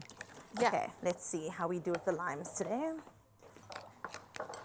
Perfect. No pressure, all the pressure. So what different flavors do we have with the miso tasty? Yeah, so we have a range of 4 products that are launching in Woolworths. The white miso is a light, sweet, savoury miso, super creamy and versatile in dressings and marinades. Our red miso is fermented for twice as long. It's got much deeper flavour. That's really great for onion-based sauces like gravies, marinating fish, and red meat. So those are our 2 sort of pure misos. And then we've also got 2 ready-to-use marinades for those who have less time on their hands to put a recipe together. And that's a spicy miso recipe for marinade and also a sweet and savoury glaze as well. Oh my gosh. Okay, I assume the sweet and savoury we'd use for like desserts and stuff. So first time I'm hearing banana bread pudding put together with some miso. I'm really excited about that. Yeah, miso is amazing for desserts, actually. It really adds some caramel notes to puddings. Yum. And it really boosts the depth of flavour if you add it to cocoa, to chocolate dishes as well. No. Oh, I am learning something today. All right, zest in along with our wetter ingredients over there. We've got our salmon pieces going as well. What else goes in the recipe? Just a little bit of mirin and rice vinegar, which we've already added, a little bit of salt and pepper for seasoning, and then we're going to garnish with some sesame seeds when this is grilled up. So those are toasted almost, toasted sesame seeds. So we definitely have like depths of flavour happening here as well. Absolutely. Oh, yeah. It looks really pretty as well to have the garnish. Yeah. That with a little bit of a spring onion on top is perfect. Exactly. Okay, so does this marinate or can we go straight from there into the marinade pan? for about 5 minutes, and then it will be on the grill. Yeah, it'll be roasted. Yeah, and the key with marinating fish with miso is don't put too much on. You want a little bit of a thin layer on top, and that's enough. You don't want to put too much on because you really want to bring out the fresh flavours of the fish. Right, because fish needs to shine in and of its own right. Exactly. All right, so if you need a hot pan, do you want to fry it away? No, so I think we're going to make the miso butter. The miso butter now. So we've got the miso butter is really great for all vegetables, especially with sweet corn, sweet potatoes. Yep. Thank you. And it's really easy. It's unsalted butter mixed with white miso. And you said, remind us again what makes it a white miso? Yeah, so white miso means it's a lighter ferment. It's normally marinated for less than 6 months. And a bit like soft cheese and hard cheese, there is a longer fermentation time for the red miso. So white miso is like a young cheese, as opposed to red miso, which is more like a parmesan or something that's been fermented for longer. Okay, that's a great anecdote. Anytime you say ferment, I say yes, please, because that means it's good for the gut as well, right? Exactly, yeah. It means deep flavour and it means natural health benefits. Exactly. And look, we're not holding back when it comes to the miso. No. So with good miso butter, it's about half and half, so really easy. Make sure your butter is super soft already. Mix it all together, and once it's all blended, that's when you can add some herbs. Ooh, what would you recommend? Chives, I love. We're going to add chives today. But it's also great for other sort of grassy herbs like parsley, coriander. I would avoid, woodier herbs like rosemary. Tarragon is also lovely, really sweet. Would thyme be considered a woody herb? Yes, I think so. I think thyme is a little bit strong for me, so you want it all in balance. Yeah, So this is the nice soft miso butter, and even that is just delicious. Oh, can I smell it? Oh, I can try it. You're right. Oh, that's good. That's packed with. I don't know if I'm wrong, but it's got a bit of like both a marmitey but like a cheesy flavor together. Exactly, yeah. Oh, that's good. And if you try it now with a little bit of the chive, you get even more of that sort of cheese and onion flavour. What is going on? I would just eat this on toast, to be honest. It is absolutely delicious on some crackers or some bread. So what we're going to do is just going to put this on, spread this onto the corn, right? Yeah. We call it millies as well. Millies, lovely. So just going to whip this. Oh, beautiful. So just a thin layer. And the savoury flavours of the miso here really brings out the natural sweetness of the vegetables. So great on carrots as well and peas. Oh my gosh. Listen, this is good on anything. I will tell you that right now. But we'll definitely elevate a braaiing experience. And now that we're going into summer in South Africa, like, you absolutely need to try this in Mzansi. That is fantastic. Okay, once you've got that going, I will also maybe cook the salmon. But we can get into the third recipe, and I will do the last bit of corn. So this banana bread I'm so curious about, because I've now tasted the miso over here. How is it going to go together with banana bread? Perfect, yeah. So when you add miso to any sort of pudding, it gives you that kind of salted caramel flavour. That's sweet and savoury. And particularly with fruity puddings like apple and banana-based desserts, it really adds like a real depth of flavour, so it doesn't get too sweet. It's really balanced. Oh my gosh, I like that, because I love a dessert, but nothing too overpoweringly sweet. So that makes so much sense to me. Oh, you can hear the sizzle of that butter going in. Brilliant. So all right, let's move over. I will do this. And so finally, we've got a miso banana bread. So what miso does, as I said, it really brings out the caramel notes, fudgy flavours of the banana. And in this recipe, it's actually a browned butter banana bread, so it's got some extra nutty notes. Oh my gosh! Well. Yeah, and we're actually going to go really really sort of overkill on the miso today. So there's miso in it and miso on top of it. Exactly. Yeah. So I'm just going to slice into this. Sure. Let me grab you a knife. Thank you. I got you. Got it. There you go. Thank you. Lovely. Oh, that banana pudding looks good. Some people get a bit of PTSD with banana pudding because in South Africa, we went ham on the banana bread during the pandemic. I don't know. Did that happen globally, or was it just a phenomenon here? I think it was everywhere. I think everybody got very excited to make but, oh my gosh, bread. oh, that looks good. Yeah. Oh, that looks fantastic. Okay, so remind us what's in the dressing again. So this is a miso custard. Yeah. So egg yolks, cream, sugar, and again the miso gives it a little depth of flavour. Oh my goodness. Do you need a spoon, or are you going to pour? Yes. Okay, I'm going to get you one of those.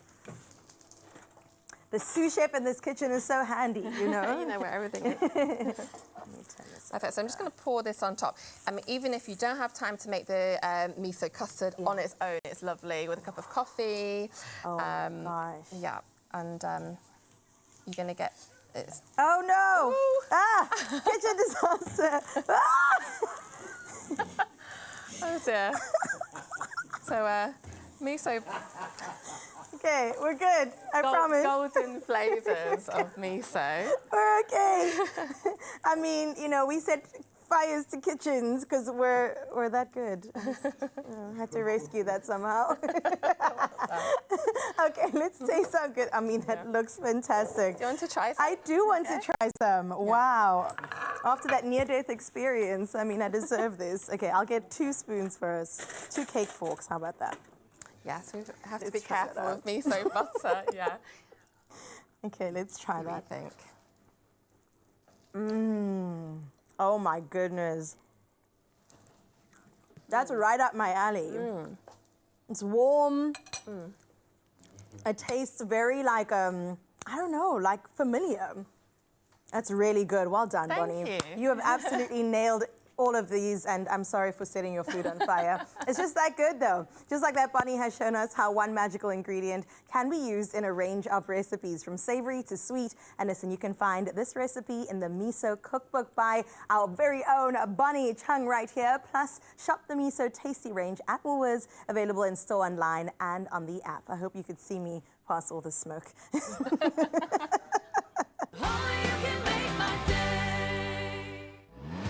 South Africa, it's time to fuel your wanderlust, because Shell is giving you and a partner of your choice the chance to win the ultimate South African road trip experience. That's right. With Shell V-Power, 5 lucky couples will win a once-in-a-lifetime road trip and track experience. And entering couldn't be easier. Simply spend 750 Rand or more, tap or scan your V Plus rewards card 3 times this month, and you're in the running. Oh, so please start those engines and let Shell V-Power take you places you'll never forget. T's and C's apply. Find them all at expressoshow.com.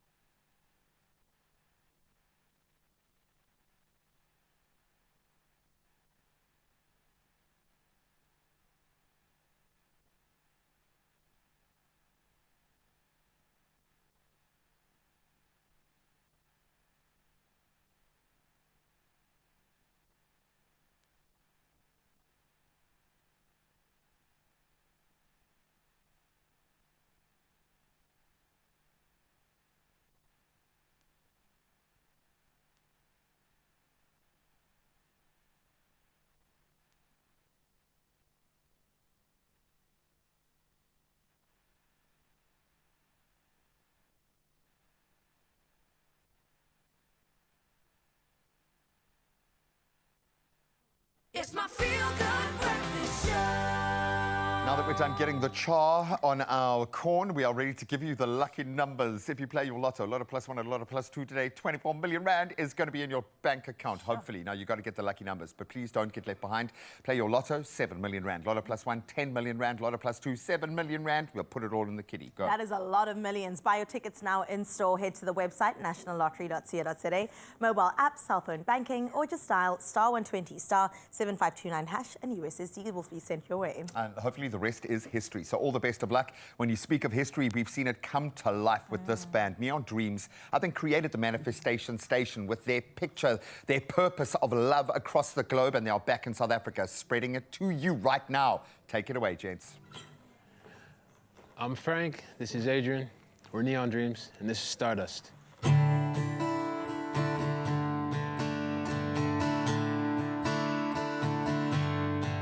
I'm staring at your picture, wish it was you writing this song. Over a million melodies and memories of you, but you're gone, gone, gone. Into stardust, into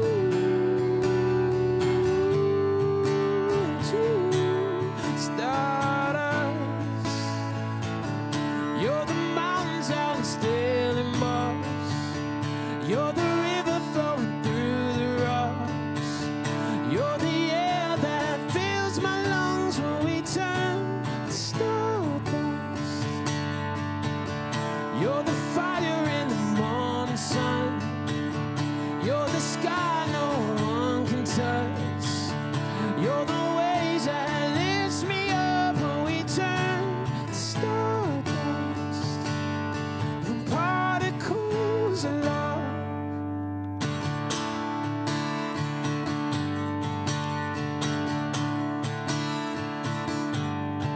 I'm staring at your picture, wish it was you here with these thoughts.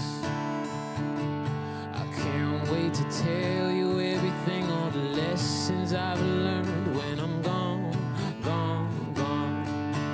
And I'll be gone, gone, gone. Another feel-good production.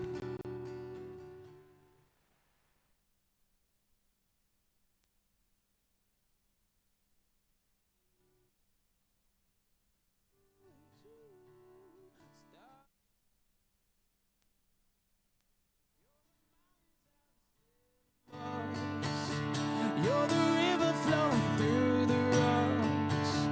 You're the air that fills my lungs when we turn to stardust. You're the fire in the morning sun. You're the sky no one can touch. You're the waves that lifts me up when we turn to stardust. And particles of love. I'm staring at your picture,